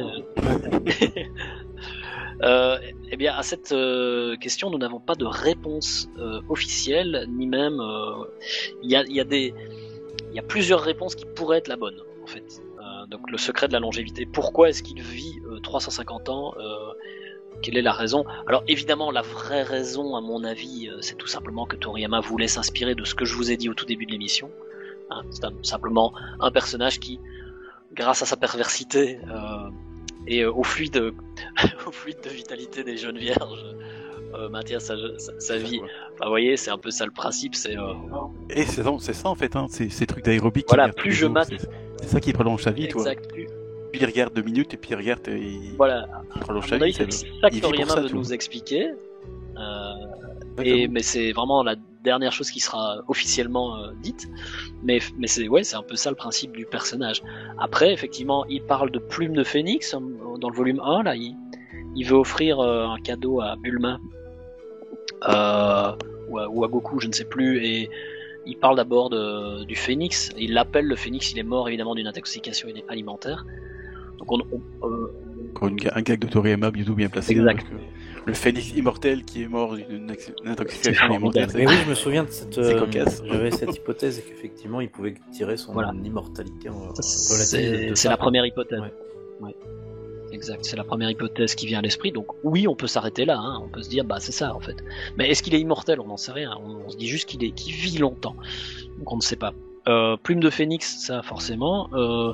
Ensuite, cette fameuse eau de jouvence qu'il mentionne à Tenshinhan, elle a peut-être existé. Peut-être que elle ne le rend pas invincible, mais elle le rend peut-être lui donne une meilleure longévité. Je n'en sais rien.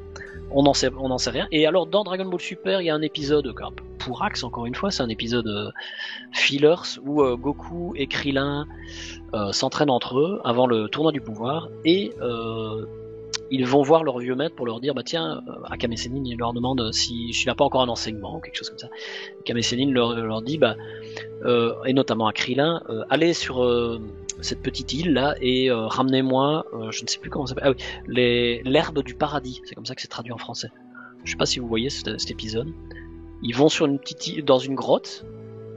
En fait dans cette grotte ils tombent sur des illusions qui leur montrent leurs anciens ennemis. Et donc Krillin doit battre à nouveau Nappa, il tombe sur Raditz, il tombe sur je sais plus Cell, etc. Et c'est des illusions. Ah ouais, en fait il subit les flashbacks du Vietnam, quoi. Ouais, exact. Exactement, c'est le flashback du Vietnam. Et ils sont censés ramener une herbe. Ils la ramènent à Akame Sennin. Et à la toute fin de l'épisode, il y a 2 épisodes en plus, hein, donc à la toute fin du 2e épisode, il bouffe une feuille et il dit je suis reparti pour 1000 ans ou 100 ans de vie. Donc en fait, oui, c'est vrai qu'ils ont exploité ça, oui. Voilà, exact. Donc ils ont cherché, mais bon, moi encore une fois, dans les épisodes fillers de Dragon Ball Super, c'est quand même écrit par des lambda. Oui, non mais oui, ça c'est c'est tout à fait hors canon, hein, de toute façon. Voilà, on est d'accord. Donc c'est une autre possibilité. Donc voilà les 3 possibilités de sa longévité. Après chacun se fera l'idée. Donc j'en ai donné 3, mais à mon avis là c'est la 4e, la vraie, c'est que en matant des gonzesses, il vit plus longtemps. Alors ça, c'est pas un très beau message que vous envoyez à la jeunesse. Ah mais non mais il y a plus de jeunesse mon monsieur. Oui mais Kamesséni il est pas là pour donner un beau message à la jeunesse, il est là pour dire voilà. Non mais c'est un mater l'aérobic et un message qu'il faut envoyer à la vieillesse. À la rigueur. Oui, exactement. Il y a encore, vous pouvez encore mater, ça vous fera du bien. Voilà. ça vous rendra. En fait, ça vous rendra votre jeunesse, c'est ça. Ouais. Moi, je fais ça tous les jours pour me rendre ma jeunesse et je le vis bien. C'est ta femme qui doit être contente. Police nationale.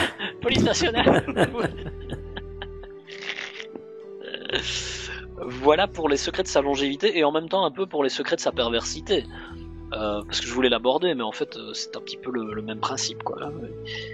Les secrets de sa perversité, c'est que peut-être que ça lui rend de la jeunesse. Ouais, peut-être. Donc, tout ça est lié. Peut-être. Ouais. Bon, voilà pour le personnage là. Sur l'école de Kamessénine, on va pas revenir sur les entraînements, etc. On a bien compris. Vous avez tous lu le manga.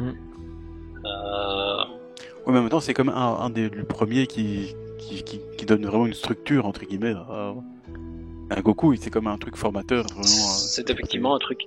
C'est important quand même. C'est là parce que si Kamessénine, bon, ok, dans Dragon Ball, il est quand même. Il avait que des bases jusqu'ici, oui. Il n'est pas non plus important que par sa puissance, il est important aussi par la philosophie qu'il inculque à ses deux élèves. Et là, surtout Goku qui avait besoin. Il avait besoin il avait besoin d'un peu plus d'éducation. Il avait que des bases jusqu'ici, donc. Et pour Kuririn, lui, c'était plus au niveau, spirituel, au niveau. Parce qu'au début, c'est un peu une salope. C'est une petite teigne. Voilà. Ouais.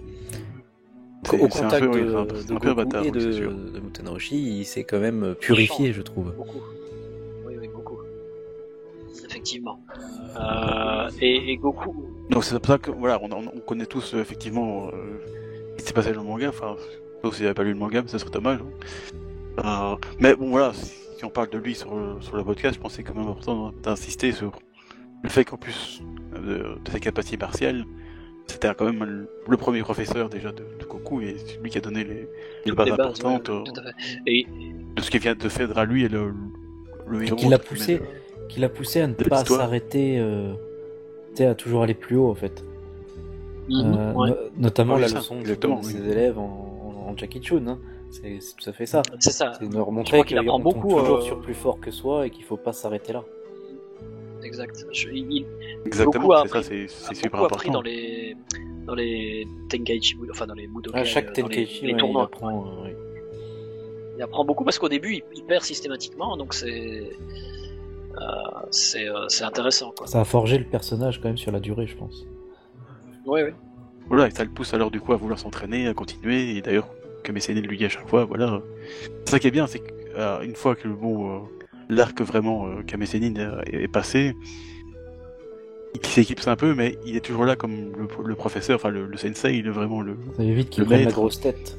En disant voilà, voilà, déjà, et puis il continue à faire comme ça, ou même à l'aiguiller. Donc, ce qui est bien, c'est que malgré qu'il soit dépassé à un moment, il est toujours là pour conseiller ses élèves, et ça je trouve ça quand même. Oui, il intervient quand même assez souvent, même dans les arcs ensuite. Hein, il est quand même toujours là, le personnage. Il n'a jamais été. Il disparaît pas comme d'autres personnages, ouais. Il est toujours présent quand même. Même si c'est sur la fin, c'est pour faire des commentaires à la télé, tout à fait inutile, mais. Il y a toujours l'esprit du sensei qui est là. Ça je trouve ça beau, et peut-être que même dans ses actions, il faut dire que si on y est déjà, mais quand il essaye de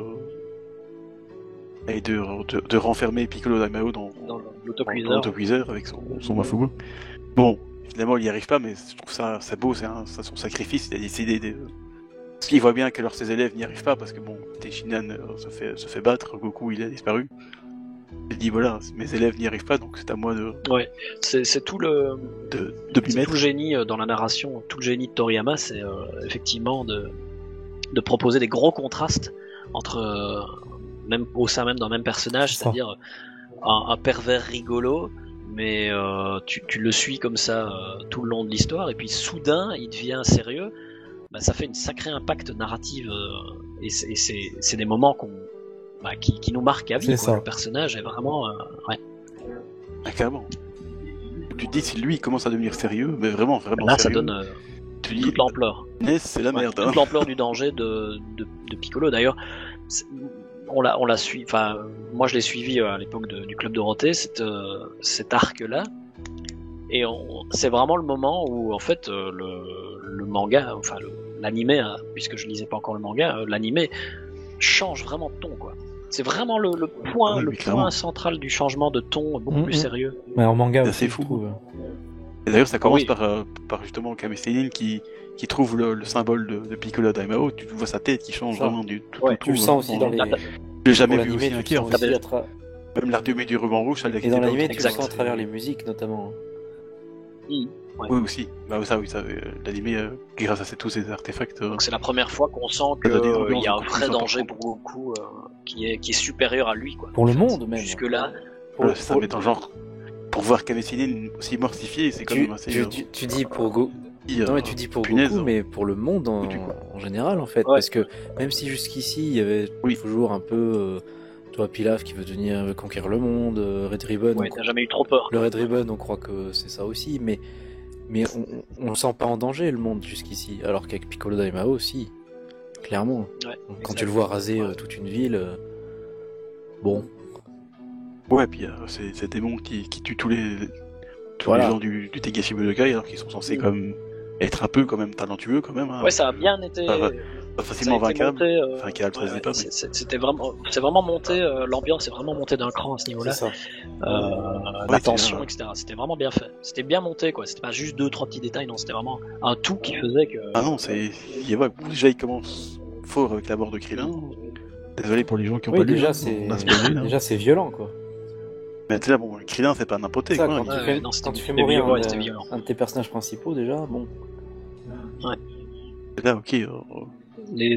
Attendez tous à ce que Goku se transforme en Super Saiyan, mais rien du tout, quoi. Il s'en fout de Krillin. Bah, d'ailleurs, juste pour l'anecdote, il y a une case où Goku retrouve le sbire de Piccolo qui a tué Krillin, et il est sur son nuage magique, et Goku crie vers le monstre, et je sais plus si c'est tambourine ou cymbale ou je ne sais plus.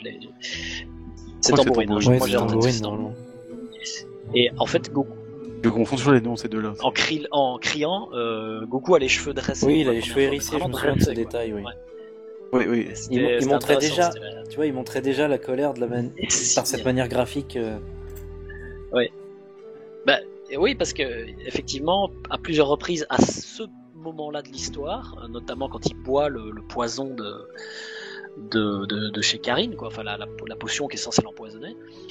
Il se bat à l'eau sacrée. Exactement. Au moment où il va mourir, où son cœur s'arrête, il va puiser dans ses forces, et c'est super intéressant parce que même à cette époque, on voit en background l'Ozaru qui hurle. Oui.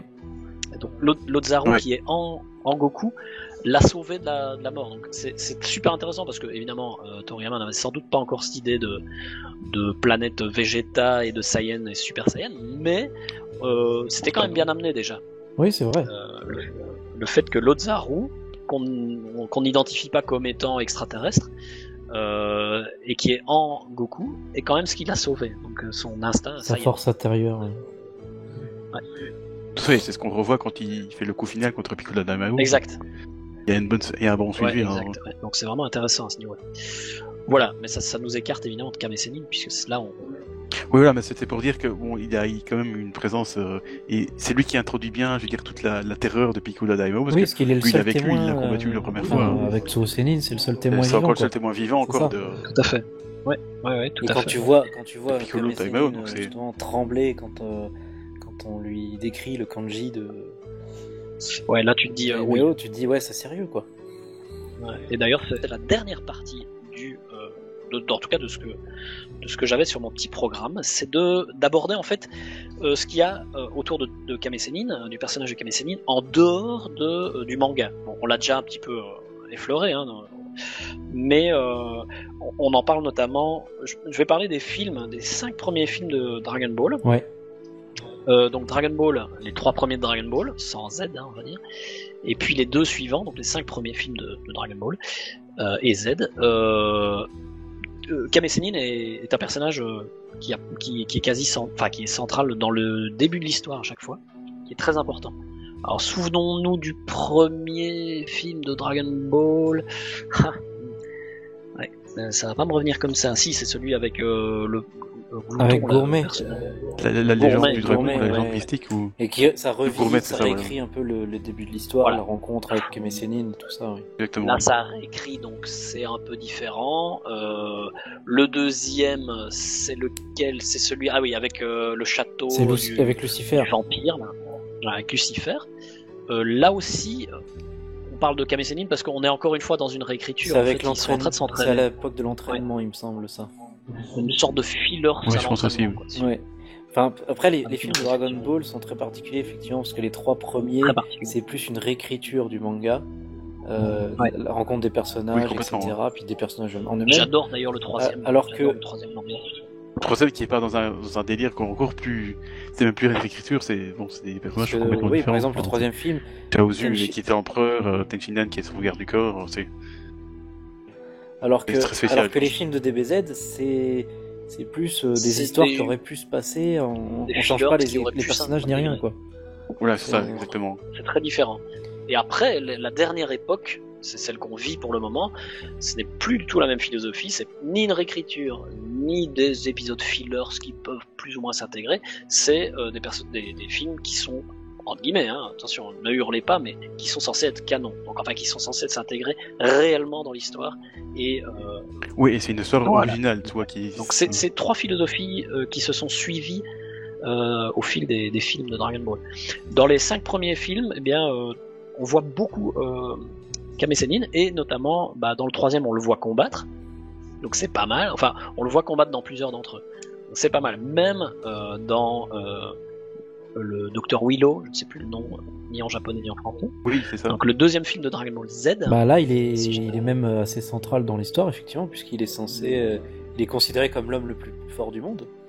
Voilà, c'est très intéressant. J'aime bien le concept d'un vieux scientifique qui revient et qui dit « Moi, à mon époque, le mec le plus puissant du monde, c'était Kame Sennin. » Donc c'est à lui qui s'attaque. C'est ça. Pour se rendre compte qu'il y a vachement plus fort derrière. Quoi. Donc c'était... Oui, c'est un peu... et vachement plus jeune. Et j'aime bien parce qu'il a le même costume que contre Piccolo Daimao, voilà. Donc son costume noir, beau costume, hyper clair. Oui. Et il y a des moments où il est très sérieux. Et le dernier film où il apparaît, il apparaît dans 2-3 films, mais le dernier aussi, c'est ce fameux film beaucoup plus récent, à l'époque de Dragon Ball GT, où on nous avait refait complètement l'histoire de Dragon Ball. Quoi. Oui, ça c'est le film anniversaire en fait du Ruban Rouge, oui. C'est ça. Oui, c'est avec le quatrième film. Parce que sinon, après, dans la partie vraiment Z, enfin la partie l'ère Super Saiyan, après il devient juste un comic relief en fait, comme on le voit dans le film. Après, c'est fini. Dans le film Broly par exemple. Dans le film Le 8 par exemple, c'est un gag. Voilà. Kame Sennin contre Broly, c'est une tuerie quoi. Oui. Le pauvre, c'est le seul qui apprécie la chanson de Krillin. On ne l'utilise plus comme. Il est complètement bourré. Ouais, exact. Ouais. On ne l'utilise plus comme ressort dramatique, mais comme ressort comique. Purement comique là. Ouais. Il est tellement dépassé que tu peux plus exploiter que cette facette-là, quoi. C'est ça. Donc voilà, ça c'est pour les films. Il y a eu tous ces fillers, notamment le fillers de Garlic. Il y a d'autres fillers évidemment. J'ai pas abordé. Ouais. Mais on voit Kame Sennin qui fait peur quand même, parce que quand il est un zombie. Oui, il est transformé lui aussi. Il devient un démon là. Faut avouer qu'il fait peur. Ah oui. Bon après il fait vieux pervers aussi. C'est ça. C'est vrai qu'il s'attaque à Marron bien sûr, donc du coup. On voit que le naturel reprend le dessus. Direct. Même le truc démoniaque de Garlic ne peut pas empêcher son aspect pervers. Ouais, c'est quand même grave. On le voit. Donc, alors je les ai pas mentionnés, mais il y a effectivement des fillers dans Dragon Ball, le premier du nom, avec la jeunesse. Enfin, on voit Muten Roshi quand il était jeune. Vous voyez, avec ses cheveux. Oui, quand Goku retourne dans le passé. Alors moi, j'ai beaucoup de mal avec ça parce que j'ai écrit ma fanfic, enfin mon scénario sur Kame Sennin, et c'est pas du tout comme ça que je le vois, parce que il est pervers quand il est jeune dans ses fillers, mais il est aussi couard, absolument pas courageux, et moi il y a pas moyen, j'arrive pas à le voir comme ça, quoi. Je vois pas ce personnage. Je me rappelle plus très bien des fillers dans Dragon Ball pour le coup. Ouais, bah c'est vrai, ils sont vraiment pas très intéressants, mais ce qui est plus ou moins intéressant, c'est que tu vois Goku arriver dans l'école de Mutaito. Donc tu vois tous les élèves de Mutaito, etc. Ça c'est plus ou moins intéressant. Et on voit d'ailleurs Mutaito, on le voit à un moment donné utiliser une key sword. Vous savez, les key sword comme Végétaux qui utilise la key sword, donc il fait une épée de ki. Eh bien, on voit pour la première fois un personnage utiliser une key sword et il coupe une chute d'eau en deux avec une key sword. Voilà, ça c'est pour l'anecdote de faudrait que je le remette, je me souviens plus trop de ça, oui. Donc voilà, le personnage est pas à son avantage spécialement. Il y a aussi un fillers chez Karine. Mais voilà, la représentation de Kame Sennin par la Toei finalement, jeune. Oui, c'est eux. Son design est sympa, ça pourrait coller tout à fait. Oui. Mais voilà, il a des cheveux, il a des lunettes déjà, il est pervers, bon pourquoi pas, il aime les femmes en tout cas.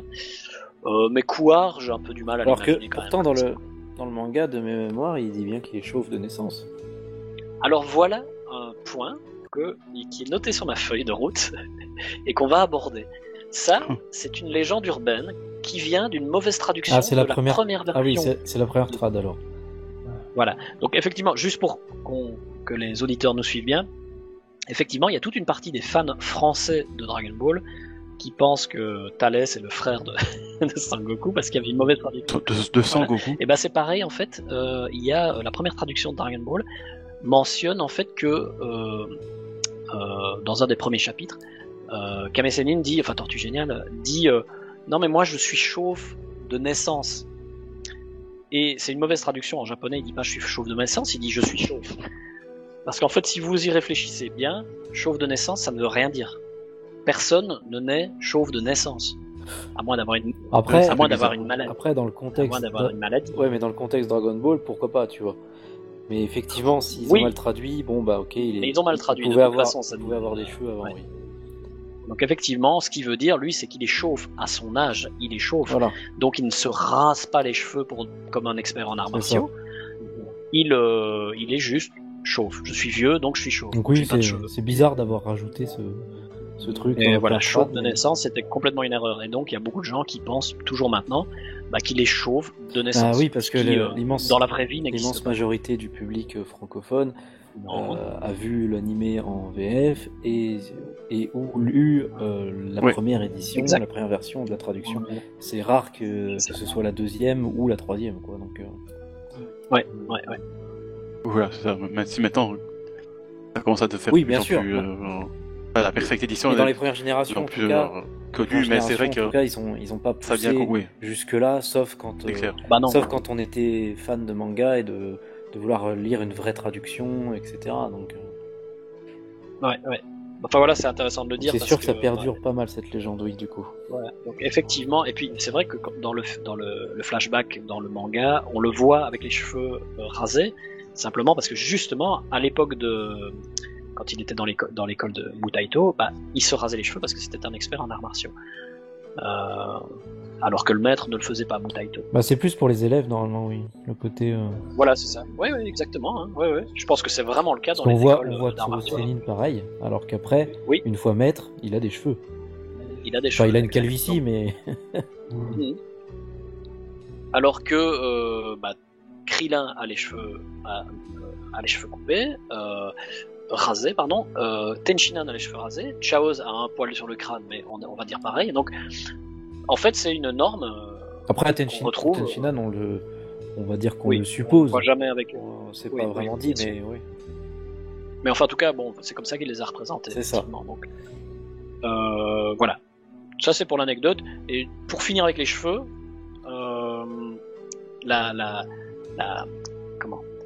perruque, de Jackie Chun, si vous la regardez, elle est identique à la coupe de cheveux de Mutaito. Oui, j'avais remarqué ce détail aussi. Oui. C'est la même frange, implantation de cheveux. Même couleur, c'est ça, même couleur, même coupe. Donc, est-ce que c'est voulu, est-ce que c'est pas voulu? Ça peut être une coïncidence, mais c'est assez drôle, quoi. Est-ce qu'il a voulu ressembler à son maître? Oui, ça peut être un hommage, tout simplement, oui. Ça peut être un hommage, oui, tout à fait. Donc voilà, c'est pour terminer sur le petit côté capillaire. C'est vrai. Le sujet capillaire du podcast. C'est vrai que c'est bien d'en parler aussi. Hein. Voilà. C'est très drôle d'ailleurs puis, quand il refuse, ouais. quand il enlève sa perruque à chaque fois, quand il doit switcher de personnalité, qu'il est obligé de mettre de la colle pour que ça tienne bien. Ouais, c'est très très drôle. Cette histoire est très drôle.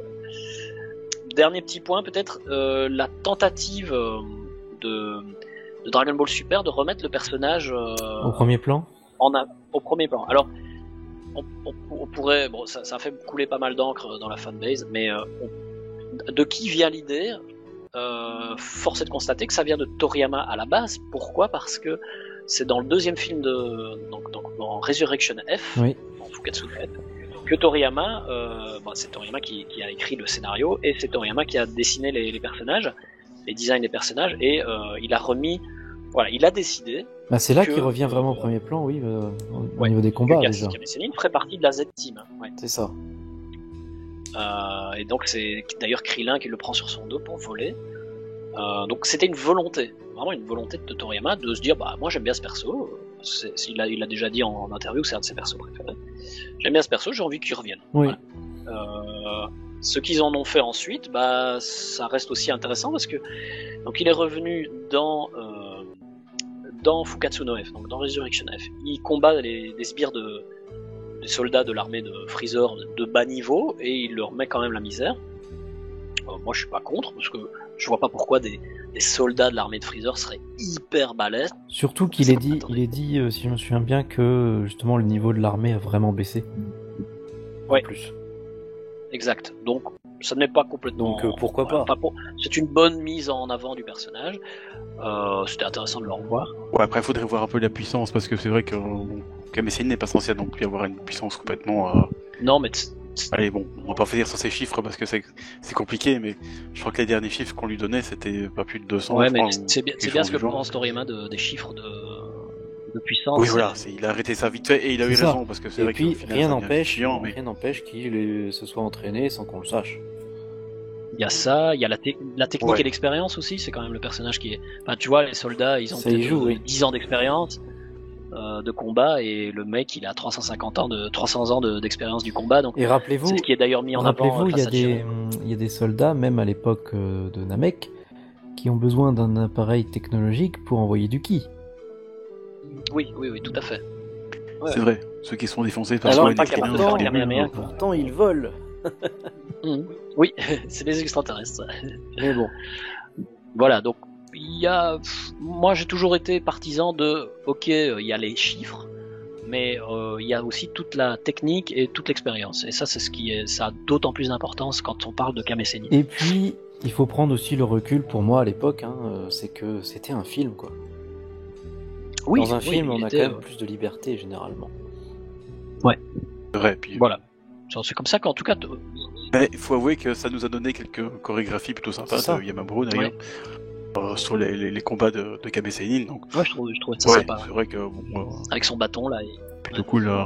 D'ailleurs, c'était cool de revoir un peu je te montre à travers Kame Sennin les chorégraphies un peu martiales dont Yamaburo est plutôt doué. Parce que avec Dragon Ball Z, ça s'est un peu perdu, donc à la limite c'était plutôt cool. Ces passages-là, je les aime beaucoup fait, quand on voit Tenshinhan notamment, etc., qui se battent comme des artistes martiaux. J'aime vraiment bien. Donc voilà. Ensuite, le personnage a perduré quand même dans Dragon Ball Super. On le revoit donc s'entraîner en tout cas, ils le prennent dans l'équipe. Justement pour son expérience. Il est dit que c'est pour son expérience et sa technique. Pour le tournoi du pouvoir. Alors c'est drôle parce que c'est complètement démesuré, mais bon, c'est un choix. Moi je trouve ça amusant et Toriyama a sans doute écrit dans le scénario du tournoi du pouvoir, il a dû écrire 3-4 lignes et notamment une ligne concernant Kame Sennin, c'était que il a inspiré le moment où Goku passe en Ultra Instinct.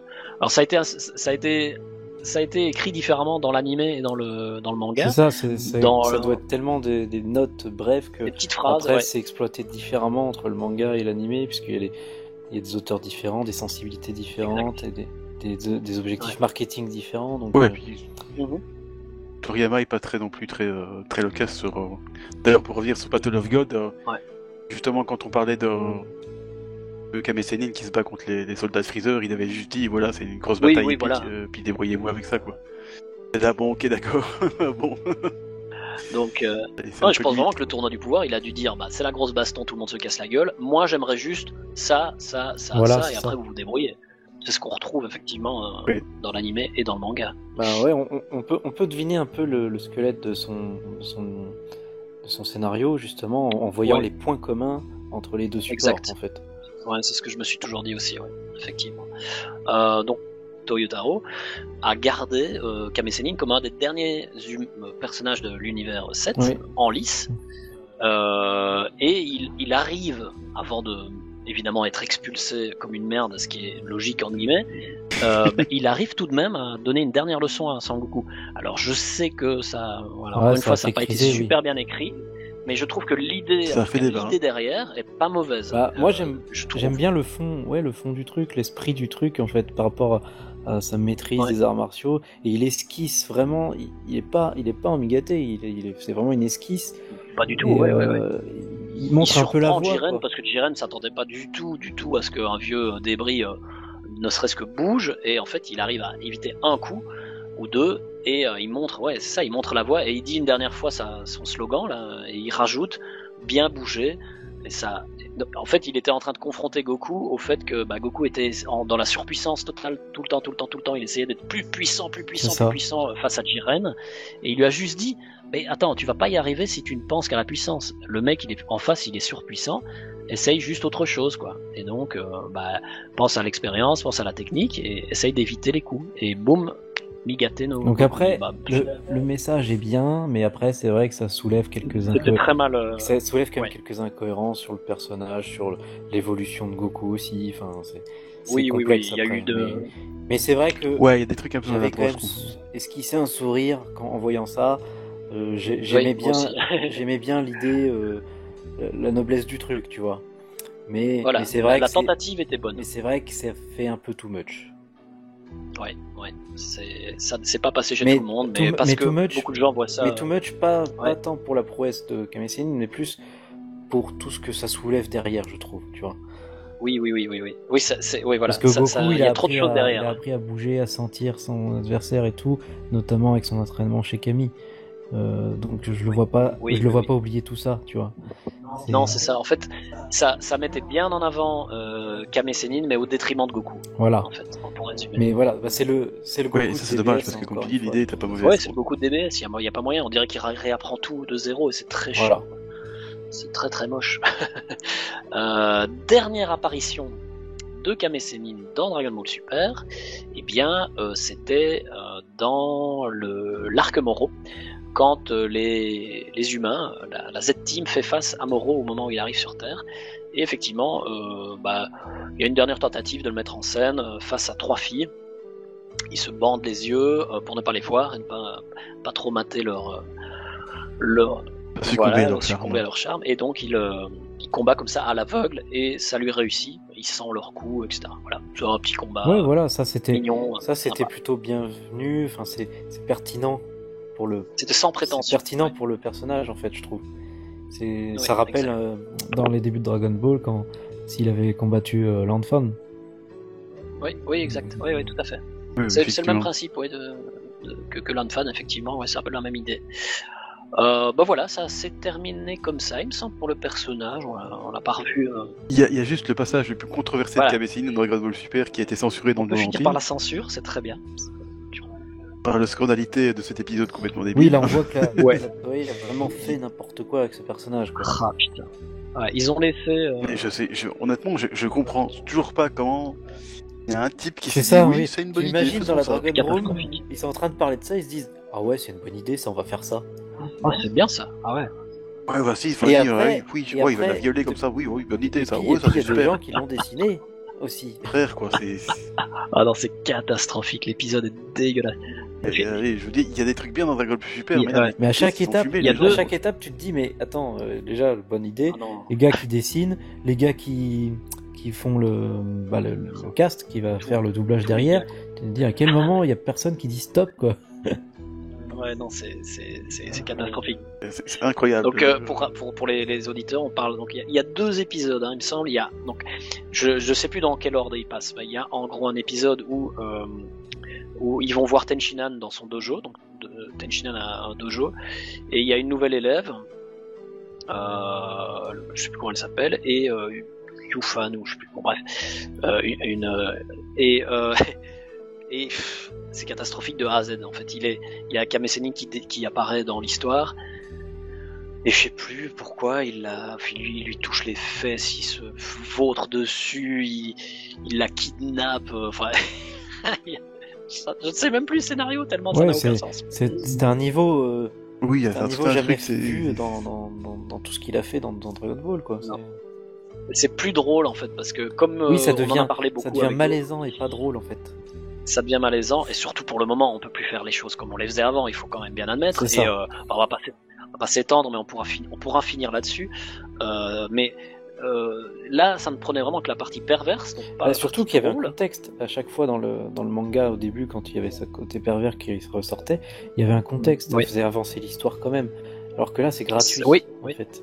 C'est gratuit et oui, en plus, et après, chaque fois, par exemple, Kame Sennin, même s'il faisait quelque chose de il est toujours puni par un personnage. Il faisait toujours casser la gueule. Bon, c'était drôle, et d'ailleurs, parce qu'il fait, je crois, une massue de 11 tonnes. Tu fais bien de le rappeler, il était classique des années 90. C'est comme dans City Hunter, quoi.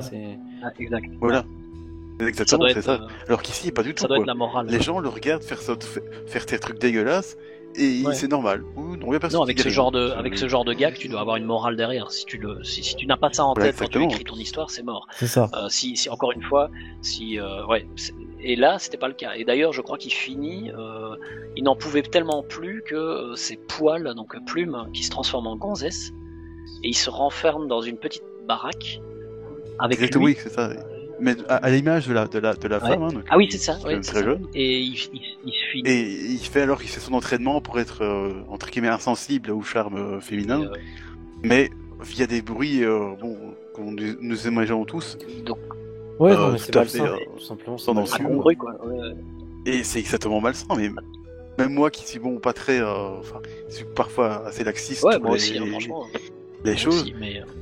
Je me suis dit, mais là, les frères, vous avez abusé, c'est pas possible. Au-delà d'être dégradant pour l'image de la femme, etc., c'est dégradant pour le personnage, parce qu'il est pas comme ça. Oui, voilà, c'est ça. Il est pas à ce point-là. Exactement, mais tout, en fait, tout est dégradant pour tout, en fait. C'est dégradant pour Dragon Ball, c'est dégradant pour la Toei d'avoir imaginé un truc pareil. Et Plume sera toujours différent après ça. Le pauvre, il doit être traumatisé en plus, quoi, le gars. Oh putain, c'est dégueulasse. Bon, pour vous rassurer quand même sur cette histoire, il y a eu une plainte du CSA japonais quand même. Ah oui. Sur le sujet, et donc effectivement ils ont eu des soucis et il y a eu une censure dans certains pays d'Amérique du Sud, notamment l'Argentine, où là effectivement, pareil, ils ont un CSA et on a interdit la projection de l'épisode. Donc voilà, il y a vraiment eu quand même un lever de bouclier sur cet épisode. Hein. Il n'y a pas que nous qui réagissons. Encore heureux. Voilà, Donc voilà. Ça montre qu'ils ont vraiment été très très très loin. Ça montre la limite à ne pas atteindre. Voilà, ils ont été trop loin, ça c'est clair. Et pourtant, ils en ont fait des choses dans Parce les. que pour ce genre de gag un peu coquin, un peu dégradant. Mais là, à ce point-là, c'est. Ouais, non, ça n'allait pas. Ouais, c'est ça, Puis pour que l'espèce de CSA japonais réagisse, alors que ce genre de gag généralement est plutôt toléré. Ouais, il faut quand même aller très loin dans l'affaire pour que.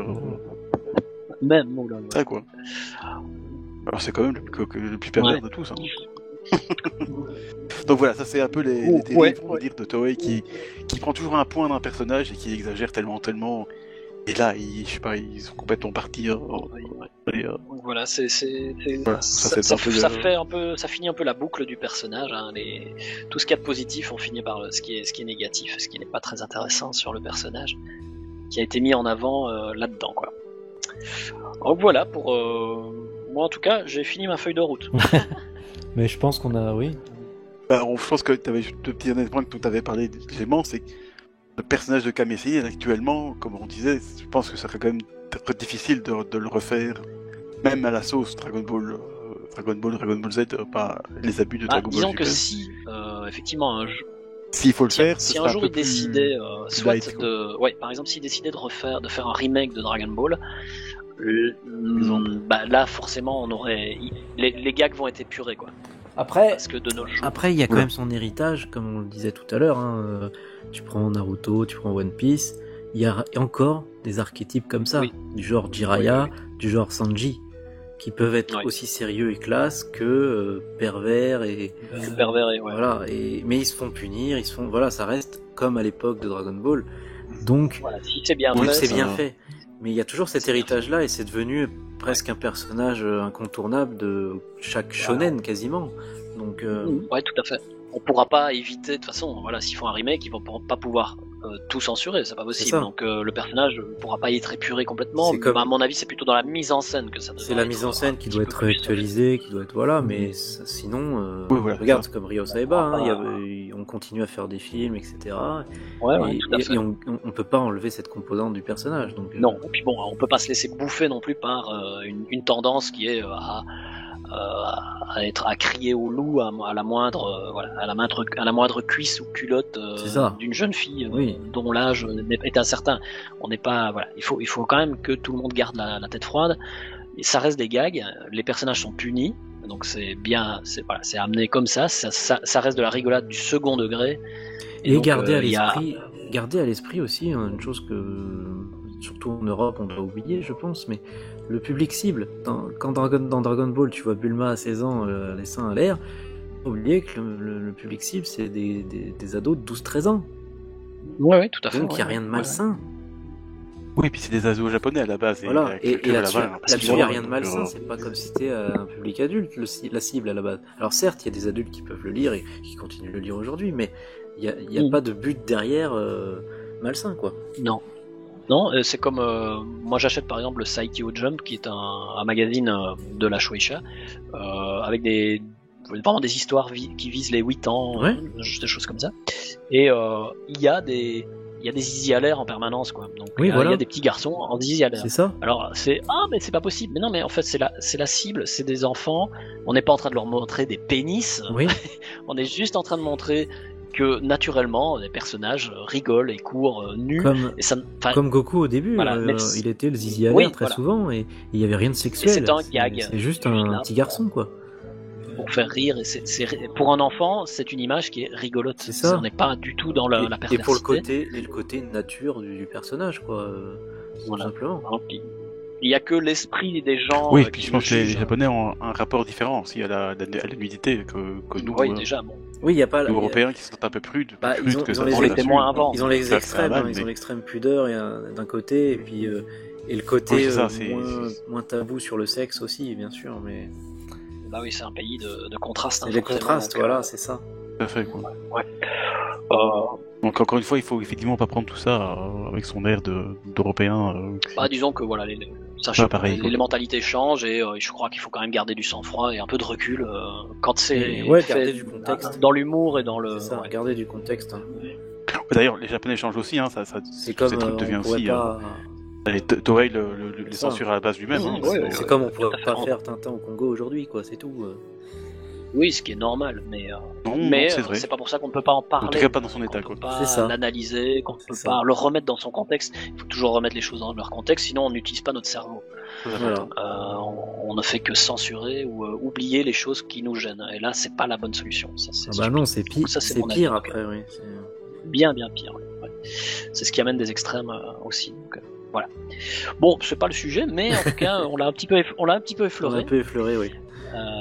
Effectivement, c'est intéressant quand même de nos jours de parler de ça. Ça fait un peu dans le sujet comme de Kame Sennin parce qu'il apporte quand même. C'est lui qui apporte actuellement une certaine problématique maintenant. C'est lui qui met ce problème sur la table quand on parle de Dragon Ball en tout cas. Voilà, donc je pense que c'est pas non plus. Non. Il n'y a pas des choses d'en parler rapidement parce que ça doit pas être le cœur du podcast. Mais non, c'est normal qu'on finisse même là-dessus, je pense. Oui, je trouve aussi. Oui. Parce qu'on a bien fait le tour du personnage en tout cas. Ouais, je pense que j'espère que en tout cas certains auront appris des choses. Moi oui, j'espère aussi. Ah bah alors c'est bon. Alors on a réussi. C'est déjà bien, quoi. Ok. Moi je vais finir, si je peux me permettre, sur une chose. Donc forcément j'étais là parce que c'est mon personnage préféré, et donc je pouvais pas rater ce podcast. Je savais qu'on finirait par l'aborder. Ah oui, dès que j'ai pensé à Kamesséni, je me dis ouf, je vais faire ça, j'ai envie de dire Kaiwai, sinon il va bouder. Voilà, c'est clair. Et donc juste terminer sur le fait que donc moi vous deux vous le savez, et puis les gens qui me suivent aussi sur Twitter, mais je me suis remis à la BD il y a très peu de temps. Ah oui.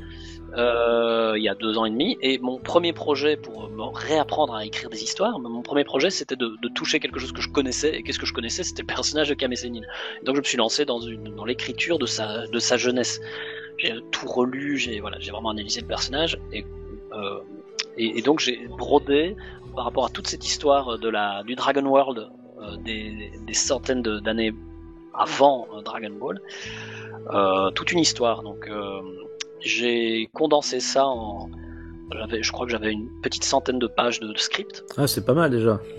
Donc ça couvrait plus de 6 volumes, hein, vraiment le minimum 6 volumes de manga. Dans la même idée. 6 volumes et à mon avis 500 épisodes de Toei. Hein. Et c'est exactement, je sais pas si vous avez vu, mais dans le V-Jump pour le moment ils sortent l'histoire d'Aban, le maître de Fly, de Dai, dans Dragon Quest. Oui, le spin-off sur le maître. Là c'est exactement le même principe. Oui, c'est le même principe. C'est un spin-off que j'ai écrit, mais je l'ai écrit comme j'ai toujours des idées saugrenues. Je l'ai vraiment écrit pour qu'il soit présenté à la Shueisha. Donc j'avais vraiment dans l'idée de le présenter. Je l'ai pas écrit en me disant je vais le faire pour m'amuser, le montrer à mes potes. Oui, pas juste je l'ai vraiment écrit en me disant pas juste une fanfiction comme ça, quoi. Attention que je ne crie. C'est vraiment. Non, mais ce que je veux dire, critiquer la moindre. Il n'y a pas de péjoratif, mais dans le sens, c'est pas une fanfiction juste loisir sans vouloir être édité, quoi. C'est ça. Exactement. Dans ma tête, c'était tu dois. Pour m'améliorer, puisque j'aimerais faire de la BD là pour le moment, j'essaie de faire du manga, le but n'est pas le même, quoi. Mon but c'était vraiment d'essayer de m'approcher le plus possible d'une histoire qui pourrait réellement avoir la qualité pour être éditée. Ouais. Et donc c'était un peu ma porte d'entrée pour me remettre un peu dans la narration. Donc j'ai écrit toute l'histoire de Kame Sennin, je l'ai fait traduire en japonais. Et puis j'en ai fait un dossier résumé avec tous les character design, etc. Et je me suis présenté à la Shueisha, donc en envoyant mon dossier à la Shueisha, je me suis présenté en tant que scénariste. Je ne me suis pas présenté en tant que je vais faire votre manga, je vais le dessiner de A à Z. Oui. Faut pas déconner. J'ai pas du tout le niveau en dessin. En tout cas à cette époque-là, j'avais vraiment pas du tout. J'étais très loin de ça, donc je voulais le représenter un scénario. Et donc c'était très très fourni. Le dossier était vraiment bien construit. Et je l'ai envoyé alors à la Shueisha. Je n'ai eu aucune réponse. je sais que c'est arrivé dans les. Tu l'as envoyé quand? Donc je l'ai envoyé fin d'année passée. D'accord. Donc parce qu'après, il y a aussi, j'imagine, qu'ils doivent recevoir aussi un volume conséquent, tu vois.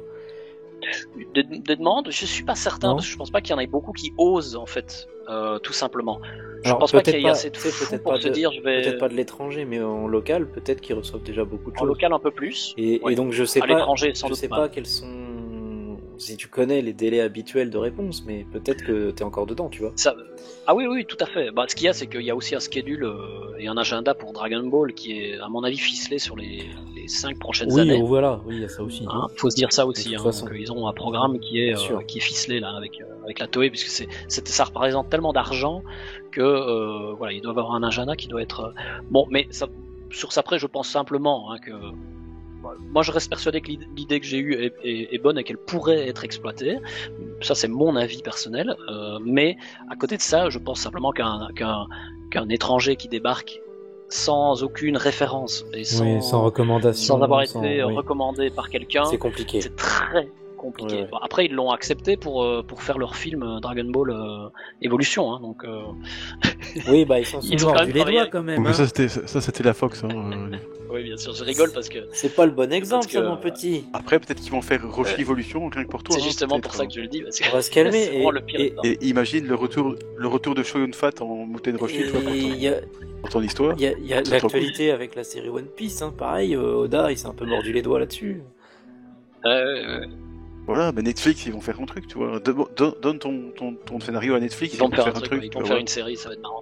Ça va être trop cool. Donc voilà, moi je reviendrai à la charge sans doute plus tard. Ouais, t'auras des gags si j'arrive à sortir. T'auras des gags avec Cam et Céline qui rencontrent des non-binaires. Ah oui, on va m'imposer ce genre de sujet. Netflix l'oblige, attention. Clair. Mais donc c'est intéressant parce qu'effectivement je me suis quand même posé la question quand j'ai écrit mon histoire, c'est surtout là-dessus que je voudrais rebondir, quand j'ai écrit l'histoire de Cam et Céline quand il était jeune, c'est de se dire ok il est pervers, mais qu'est-ce que maintenant de nos jours je peux dire, comment est-ce que je peux présenter le personnage, etc. Comment est-ce qu'il est devenu pervers, et finalement ça a été un peu ça l'idée que j'ai eue, c'est d'expliquer un peu une quels sont origin les story. Événements. Ah oui, complètement, ouais. Et donc, expliquer en fait, il n'était pas pervers quand il avait 3 ans, il n'était pas pervers quand il avait 10 ans, mais il l'est devenu par rapport à certains événements. Oh, je suis déçu. Voilà. Oh, je suis déçu. Tout ça... Je suis sûr que dans la première trad, ils auraient mis je suis pervers de naissance. Je suis pervers de naissance. Je suis pervers de naissance. On va... C'était le paquet. Ouais. Moi, je pense qu'on peut terminer sur cette phrase. Bah, dans un sens, c'est intéressant parce que du coup, tu nous dis comment intégrer, comment écrire le personnage de Cam et Céline. Oui, c'est ça. Oui, tout à fait. Et surtout, sans choquer, tu vois, parce que comme on disait, il y a une certaine problématique qui vient avec ce personnage. Donc, si tu veux en parler maintenant, il faut le justifier. Il faut effectivement pas faire ça comme et en plus ça répond à une vraie demande d'une partie de la communauté en fait. On est beaucoup à vouloir des spin-offs ou des Gaiden, tu vois, comme le tome sur Yamcha, des trucs comme ça. Je pense qu'ils finiront par le faire. Plutôt que des suites qui n'en finissent plus et qui c'est de la surenchère de puissance, etc. La recette, faire des spin-offs. Pour moi, la recette, elle est éculée. On a trop tiré dessus, en fait. Toriyama lui-même l'avait très bien compris à l'époque. Il s'est arrêté quand il fallait, parce que de toute façon, ça n'a pas de fin, ce principe. Son concept n'a pas de fin. Non, ça peut continuer à tout jamais. Donc là, par contre, écrire des histoires, avant Dragon Ball ou dans tous les ellipses qu'il y a pu avoir, là, ça serait intéressant. Et la tienne, en l'occurrence, oui, c'est une des parties qui m'intéressait le plus aussi, même depuis gamin, de voir cette partie avec Mutaito et la jeunesse de Kame Sennin, en fait. Le Kame Sennin, il y a énormément de choses à raconter, et notamment, effectivement, et j'insiste sur le point, c'est que les Dragon Ball n'existaient pas à cette époque-là, et donc en parallèle... L'enjeu est pas le même, oui. De Roshi, voilà. Et oui, déjà, l'enjeu n'est pas le même. Les morts, par exemple, typiquement, je le mets en avant, mais dans mon histoire, mais les morts sont morts. Les gens qui meurent. Les gens qui meurent. Muten Roshi ne pouvait pas être ressuscité. C'est un concept révolutionnaire pour Dragon Ball, quand même. Ouais, mais c'est vrai, c'est révolutionnaire parce que c'est quelque chose qui fait que quelque chose qu'on a un peu oublié. C'est ça. Dans Dragon Ball, maintenant, il y a moins de tension parce qu'on sait qu'ils seront toujours ressuscités. Il y aura toujours un dieu qui reviendra en arrière, etc. Bon, bref. Mais ici, pas. Et donc, il y a moyen d'écrire un beau shonen, un neketsu. Et puis, un shonen un peu plus à l'ancienne, beaucoup plus arts martiaux, chorégraphie, beaucoup moins de boules de ki, quoi. Donc, Exact, plus sur l'aventure, le gag toujours, l'aventure, et puis utiliser ce monde qui est le Dragon World, qui est vraiment très riche.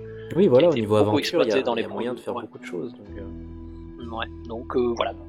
Ça, moi, franchement, ce serait vraiment... Allez, je suis plus hypé parce que toi, tu nous racontes que le retour de... Je sais pas, ça va être la prochaine fois. De Majin Buu, pur diamant, perle écarlate, clairement, Pokémon légendaire, Shiny. Et bon, il y a un public pour ça, parce que s'il continue de le faire, de se faire des millions de yens là-dessus, c'est que ça marche, mais bon, personnellement, c'est clairement pas mon kiff. Le dernier film, c'était sympa, mais il a craqué sur la fin, quoi. Et, donc ce genre de petites histoires qui donnent oui, puis il n'y a pas besoin, que ce soit trop long. Ça donne du lore, ça donne de la richesse, ça veut dire, au personnage. Avec Kame Sennin, t'as de quoi faire une longue série, pour le coup, vu la tranche d'âge. Comme Regarde Avan, le manga de spin-off de Dragon Quest, fait déjà 9 volumes, quoi. Voilà. Donc, je pense qu'il y a moyen de faire tout autant. Et vu la longévité de ce personnage, de toute façon, t'as moyen de faire un long truc, mais même si c'est court, ça sera toujours intéressant et plus intéressant que pour ce qu'on nous propose pour l'instant. Et en tout cas, ça plaira à un public. Il y a aussi la potentialité de l'adapter en animation, et ça serait en animé, ça serait beau à voir, des chorégraphies comme ça, des choses comme ça, quoi. Et un peu le souffle de l'aventure, surtout, c'est ça qu'on a un peu perdu. Là, c'est des combats cosmiques, mais elle est où l'aventure, en fait? Ouais, c'est ce que je mettais en avant. Clairement, dans mon dossier notamment, c'est que Dragon Ball c'est composé de 3 éléments principaux, c'est aventure, gag et combat. C'est ça. Que le combat a pris beaucoup de place depuis, mais que il y a la place pour d'autres choses, quoi. C'est clair. Donc, c'est clair. Voilà, c'était là-dessus que je rebondissais en tout cas sur le dossier, quoi. Donc voilà, je retenterai ma chance. Il nous a hypé, on n'a plus qu'à attendre le manga. Hein. Voilà, Kaiwai, tu t'y mets tout de suite là. T'as bien vu un chapitre par semaine, comme les mangaka, les vrais. Faut faire pareil, hein. Allez, hop. Écoute, quand je me serais vraiment amélioré et que j'aurais sorti en manga en France, j'aurais peut-être le niveau en dessin pour le faire aussi. C'est ça. Donc, et tu feras. Je trouve que le niveau actuel était ton niveau actuel déjà pas mal. Tu vas glander et puis après tu vas rusher parce que t'es en retard. Bon, si j'ai des assistants, il y aura pas de problème, je pourrais le glander. Puis t'as un Torishima qui va t'appeler pour t'engueuler parce que t'es en retard et que que tes idées sont inacceptables. D'ailleurs, ces personnages-là, je les aime pas. Change. Des jeux qui se transforment en Super Saiyan. Mais non, mais c'est un humain, putain. Ouais. Donc voilà, j'avais même trouvé une transformation pour Kame Sennin. Je sais bien que ça fait peur comme ça, mais comme c'est obligatoire de nos jours dans le standard, j'avais trouvé en tout cas une manière de le faire évoluer physiquement. Mais je vous passe. Déjà celle qu'il a Super dans le manga, c'est rien que ça. On pourrait très bien avoir le développement de ça ou un peu d'explication, je ne sais pas, mais ouais. Exactement. Mais tu as tout compris. Et pareil, je suppose que tu le fais interagir avec Gohan aussi. Oui, mais je vais. En tout cas, je n'avais pas été si loin. Je m'étais en fait beaucoup basé sur la grosse bataille, c'est contre Piccolo Daimao, et ce qui se passe tout autour, parce que j'avais inventé aussi un autre méchant en parallèle qui est dans l'ombre de Piccolo Daimao. Mais enfin bon, voilà, pour donner de la nouveauté évidemment. Parce que là aussi, raconter une histoire. Là aussi, il y a moyen de faire du spin-off. Mais tu peux continuer. Ne serait-ce que un ou deux en one shot, ou 2 tomes par exemple sur la vie de Gohan, ça serait sympa, tu vois. Ça peut continuer, vers d'autres trucs, ouais. Ou moi, j'attends un truc plus récent dans l'histoire du manga, mais un spin-off sur la vie de Mr. Satan, ça serait sympa aussi. Ouais, ça serait très très drôle. Hein. En vrai. En fait, il y a tellement de personnages secondaires où tu pourrais faire des spin-offs. Je suis sûr que toucherait quand même au moins un certain public. Ouais. Peut-être pas tous, mais tu peux mais surtout des petits courts-métrages. Le côté intéressant pour Mr. Satan, je pensais, c'est que si ton point de vue narratif, si tu le places à l'échelle vraiment humaine, enfin en tout cas de cette époque, de cette période de Dragon Ball, et ben Mr. Satan c'est quand même un grand combattant. Il est quand même balèze dans son référentiel. Ouais. Donc tu aurais moyen de faire quand même des beaux combats, mais bien sûr plus humains, beaucoup moins Dragon Ballesque on va dire. Et de l'humour aussi. Donc, ça serait très différent, mais ça serait très intéressant. Ça serait sympa, quoi. Ouais. C'est vrai qu'il est fort, il a quand même battu Cell et Boo. C'est vrai qu'il a puissance, ce Meister Satan, quand même. Et 19 tuiles aussi. Et 19 tuiles. En tout. Oui, mais pas 20. Dans la même pille. Mais oui, il y a tellement de richesses. C'est ce genre de choses qu'on aimerait voir exploiter un peu plus, quoi. Ouais. On espère un jour qu'ils se lancent là-dedans quand ils n'auront plus d'idées. Après, c'est comme tout, c'est une question. Le problème, c'est qu'ils ont toujours des idées. C'est une question de décideur, je pense, politique de décision, tu vois. Complètement. Donc, tant qu'il y aura le marketing et les figurines qui seront en avant, j'ai peur qu'on n'en voit pas la couleur, tu vois.